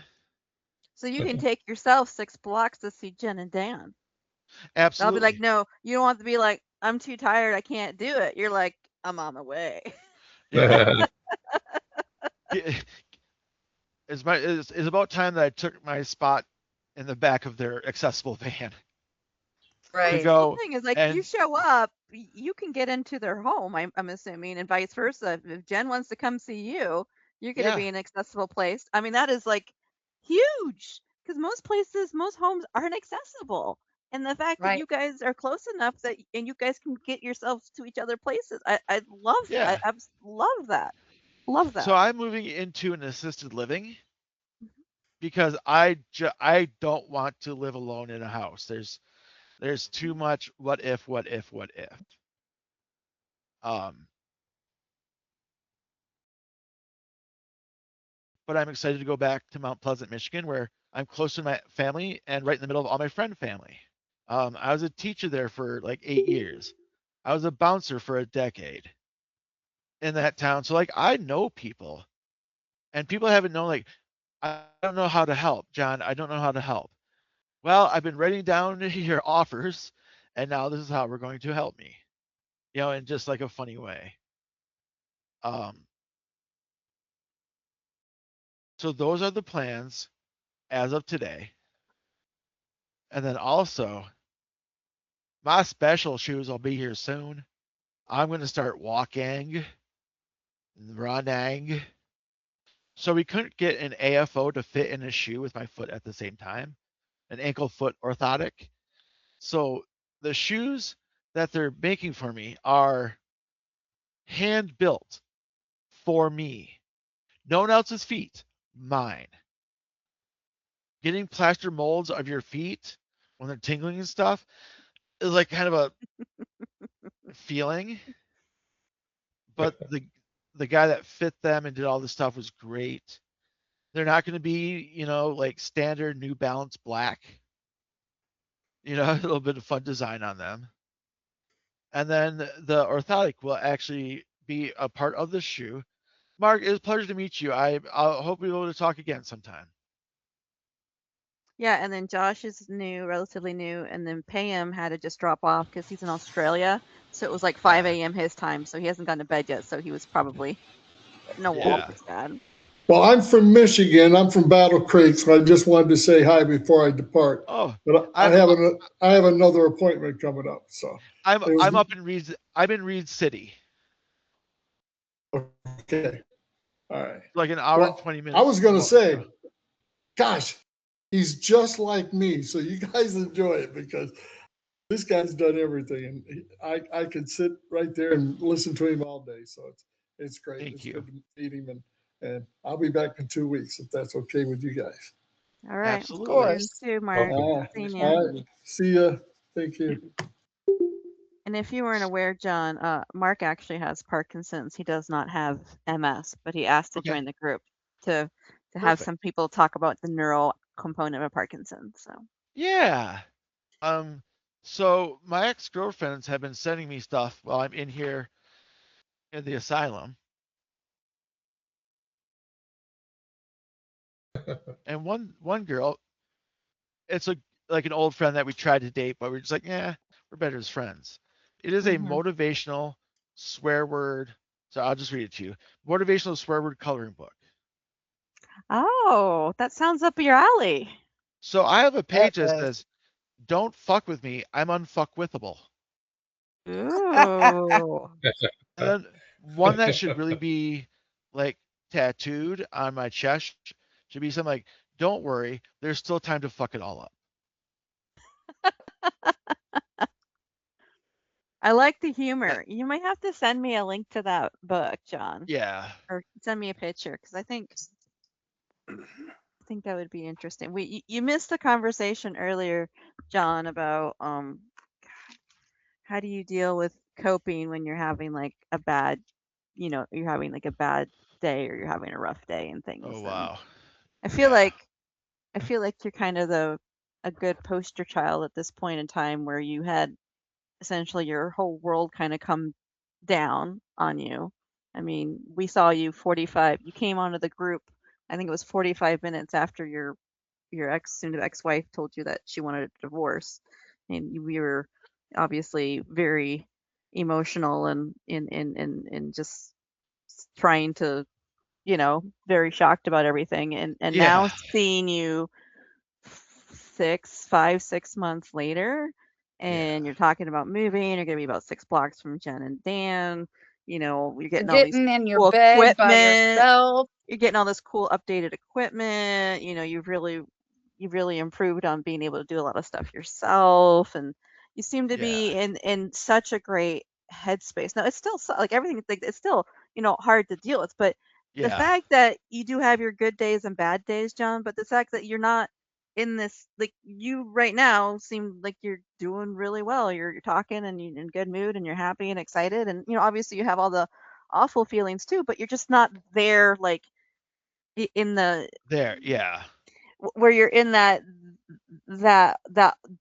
dark black hole that you can't climb out of, I'm and it's hard to change things, I guess what I'm I'm trying to say. I'm floating on this shit. I'm not Yeah, sinking in the shit. that's a great Like way to I'm put it. floating. Yeah, it is. I like that. And today the mail lady comes and says, John, you have a package. Like, oh, and it's a little like flashlight. It's awesome. It's gonna be hard for you guys to see, but let me try See my it. best, okay? Oh, Oh, I love it. Ah, I say that to so many. I love it. that's your So bat signal. Except yeah. So no, we have like instead of like well, they have like code blue and all that stuff, but there's also a code F because management came down on the workers and said stop swearing in front of like visitors and like people. And so they just let me know like code F. They just need me to say fuck really loudly somewhere. Yeah. I think that's really important. When I worked in pharmacy, people I worked with is this, like, I don't, if you're not cussing in front of customers, please let yourself vent so you can Yeah. move forward. So the fact that you are like, yeah, just go ahead, and that's cool. That's not, you're not gonna get offended. It's like, yeah, just let yourself vent so you can push forward. Yeah. Oh my God. Andrea, Yes. something happened like 2.5 weeks ago. I got caught taking a gummy. So sad. So Caught sad. by who? That's not illegal in your state, is it? No. No, just in the nursing home. It's The Oh, illegal in because the they wanna nursing home? they wanna control any type of. well, we can do it, but we have to go to the edge of the property. And if we do it, one of the nurses might not give you your pain medicine. So So, lame. so hold on. She fits in the story very well. So the nurse asked Mycena, why do you think John's having such a rough time tonight? Because I was having a hard time getting into bed. And then the Mycena said, well, because he took a 200 milligram gummy. They called the fucking ER. So if anyone in the ER needed help, they were stopped to come all the way down here to check on me for the doctor to say, like, yeah, 200 milligrams might have been too much, John. Do you want to go to the ER? No, I'm fine. I think that the nurse may have been forced to watch Reefer Madness a lot when they were a kid because she even said to me once, I don't know how people want to go around all hopped up on grass all the time, which just that phrase right there. Yeah, dated. So, Why don't you give it a try and then tell me how hopped up you are? yeah. Here's You might giggle once or twice. Oh here. no. We can't So have our nurses giggle. so I'm not gonna lie, the CNA comes in when she's having a bad time out on the floor to hit her vape pen. So I let the bosses know that, and since I didn't have pictures of her doing it, which would be fucking weird to have anyways, she still works here. Luckily, there's a sheriff that has his mom in here. And I told him the whole story, and I've never seen this guy get that angry or red because Good. that Cena is taking care of his like 85-year-old dementia mother-in-law.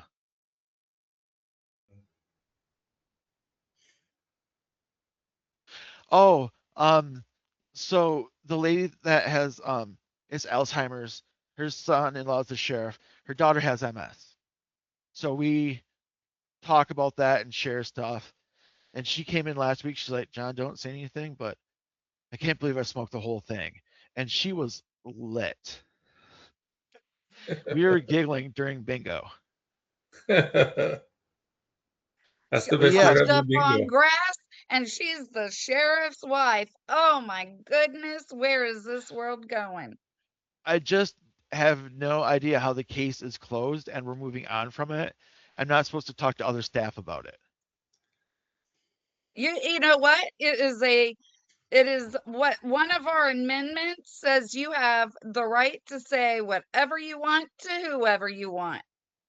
What are they going to do? Kick you out? Yep.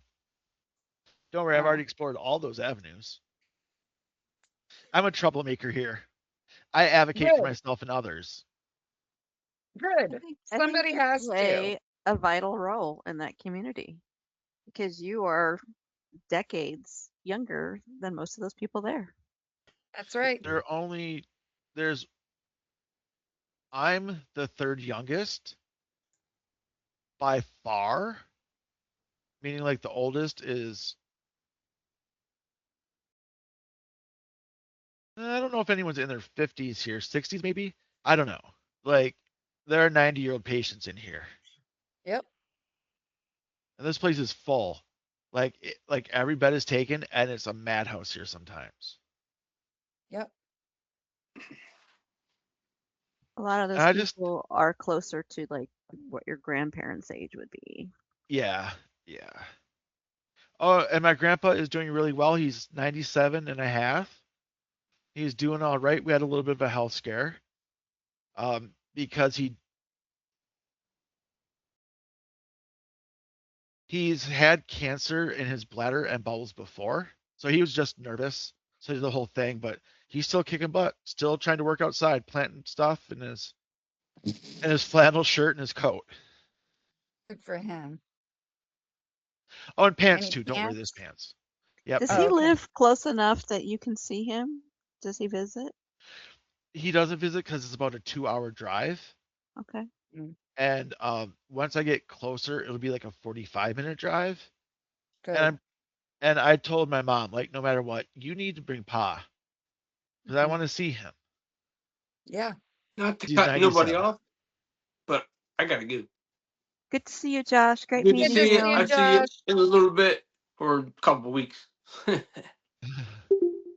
Sorry for taking over the conversation, friends. I'm sorry. We were just about ready to wrap up, and you popped on, so we decided. And then I remembered. There's potential talk about moving us back to the evening slot, so we'll see. I don't know when my moving the evening. Are you guys talking about moving the evening one earlier? No, moving this one back to the 8:30 normal time. That's yeah, so but late. I don't know. But yeah, it's hard because it's so late for me twice a month. But also, like, I don't know if I have if there is, I don't know if there's going to be an adult tab class this fall. I don't know what day it's going to be on. If we move it to Tuesday night, it's like, well, I'm like, I won't see you guys for months because I'll be doing that. So I don't know. We'll see. Kim, as you learn how to tap dance more and more, there's a lady on the YouTube. Bye, Mike. Good see you, Mike. Yeah, John. Bye, Mike. Andrea. I hope your back gets better soon, Mike. Thank you. Great seeing you. All right. Bye-bye. but she tap dances along to like Metallica and Slayer. So it's super fast and super fun.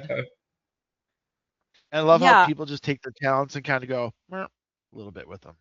yeah, there's definitely songs I would love to tap dance that are not considered normal. And a lot of the songs that because the songs that they've been doing is like pop. I wouldn't call it like a form like the tap dancing I did in like middle school and high school with my dance teacher. Like we're not doing those songs. They're using like the song that so my adult tap class stopped, and so I asked if I could dance with the high school students and learn be the placeholder for them when they learn their routine Yeah. for the recital. So they played. So it was my senior year in high school was the song that came out. We played. So my brain was right in the high was Spice Up Your World by Spice Girls, which was actually a super fantastic um uh song to tap to. And like earlier this it was Material Girl by Madonna. It was like, changed up a little bit, but um so yeah, it's super fun. I miss it. It's I miss it and I won't be back until the fall. I need to start doing stuff again on my own this summer just to keep doing at it because when you learn a routine with my brain, you don't want to do anything else but that routine because it's hard to flip back and forth. So I want to practice. I want to have my husband record me doing the high school recital routine, and then I'll be like, okay, now I can go learn something else. But I feel like, oh, if I start, I'm gonna get all messed up and I won't remember it right. And, you know, but no, I love to dance. It's always been a massive passion. It's just part my of who I am. It's just me. So the fact that I could go back and tap dance and these classes, the adult is like 30 minutes, but the high school is only 15 minutes. So it's not like a huge. I can't do this for like an hour or anything like that.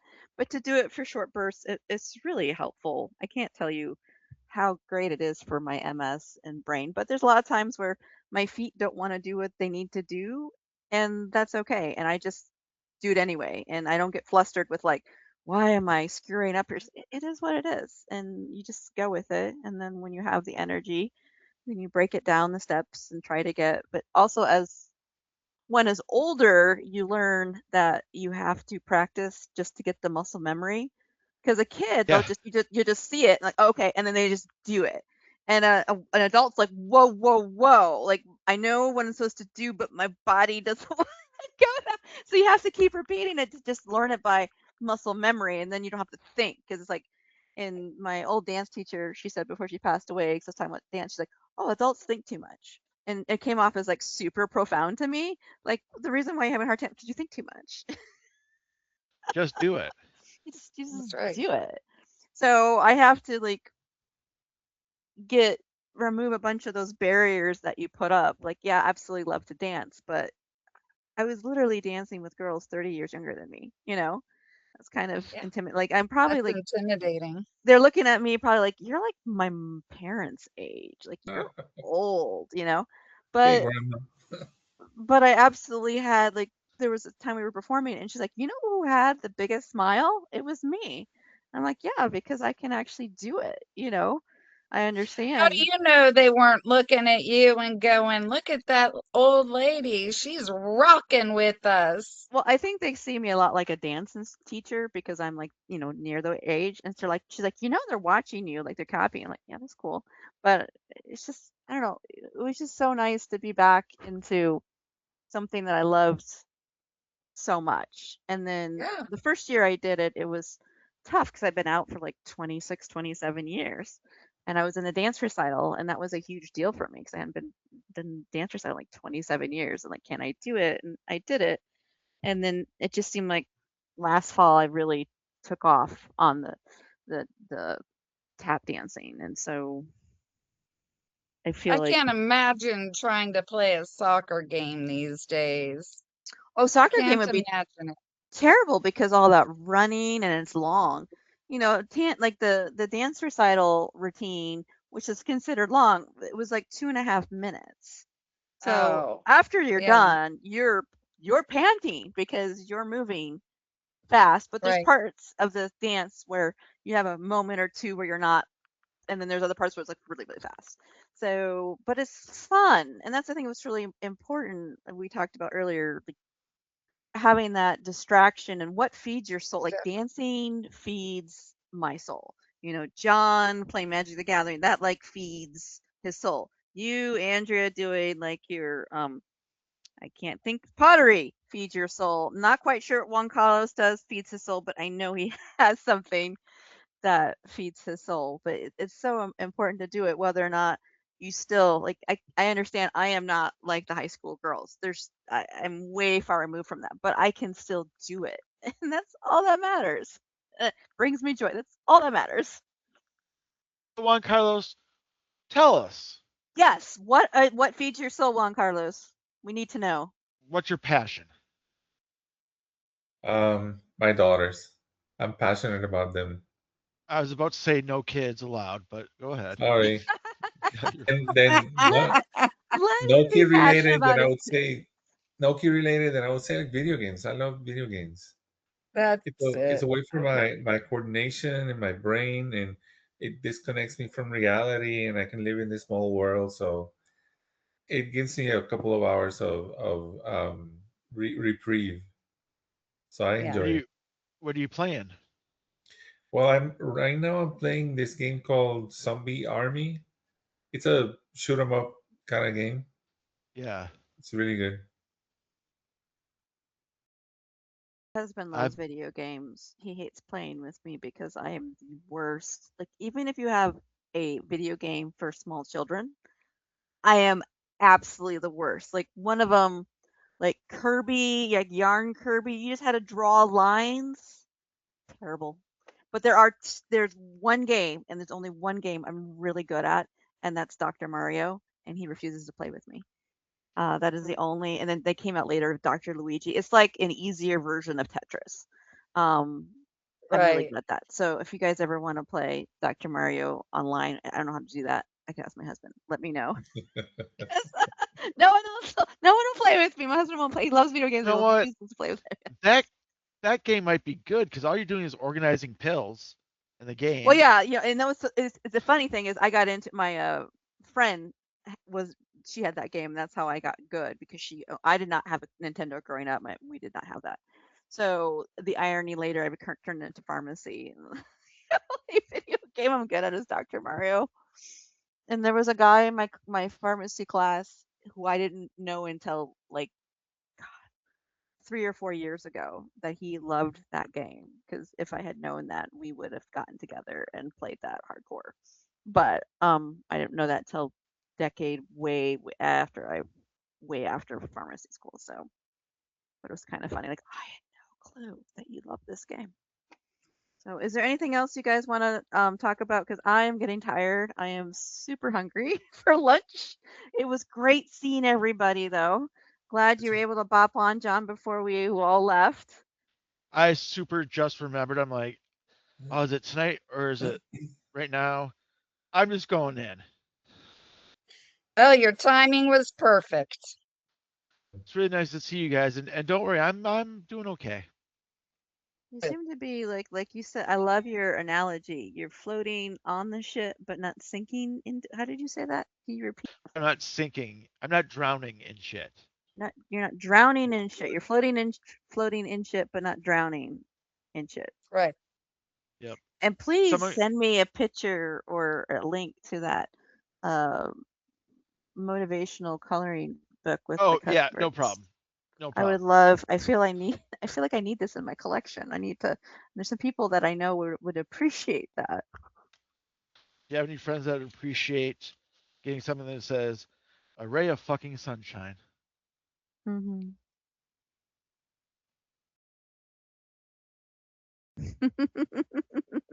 Cheer the fuck up. Cheer the fuck up. Oh, And she even sent crayons too. If she wasn't married. All right, everyone, have a good well, one, okay? maybe she won't be in a few years. Just keep in contact. Yeah. Her job right now is she lives in Grand Rapids and her job is with the National Weather Service And she's the person that gets to say, okay, so that's a tornado. We need to push the button now, and we need to warn all these people. Like that's her call. Wow. It's super hot. I mean, It's that science thing that's getting you, John. That's right. Yeah, I know what you're talking. I know what you're. So she a meteorologist then? yeah. At Central Michigan, meteorology and geology were shared the same computer lab. So there's Mhm. all sorts of interspecies dating. Oh yeah. I didn't realize until I knew someone that was doing the meteor. Like they take like 3 or 4 semesters of calculus. Like they're taking physics. Like it is not. That is a no joke major. Like that's hard science. They're doing like hard sciences, math Yep. and physics, and they're You end up with a minor in math just by taking the math you need for your major of meteorology. yeah. It's Right. bonkers. I had no concept that I'm like, oh, I did not realize how technical this degree was because it's the same baseline Yeah. as engineering with the science and Yep. math. So it just blew me away. I had no clue. All right, friends, You always take it you easy. always have the idea of the person that does the weather on the TV versus a meteorologist that is the one that feeds him the information. Well, the person Yeah. on the TV is also a meteorologist, but they're just the guy in my town. He has been a meteorologist since I was young. And anytime there's a tornado or something or any severe weather, his butt is there and he's taking over. I think that's his favorite part is being on screen talking about severe weather. So all the other people that are the normal, he just pushes them all the way. Like, no, the old person. I've been doing this My for job, my 40 space, my years, over yeah. probably like over 40 some years. Like, no, I get to do this. So it's like, My oh, space. oh, severe weather. If you turn on channel 13, I'm pretty darn sure Elder Wilson's on there because it's a severe weather, and this is his passion is to be on front of the TV on this. He has other All right, take it easy, meteorologists talking with him, friends. but it's funny. You guys have a Bye. great week, great rest of the day, and I hope to see you in You a couple too. weeks. Definitely. Yeah. Take care. Bye. Bye, everyone. Bye.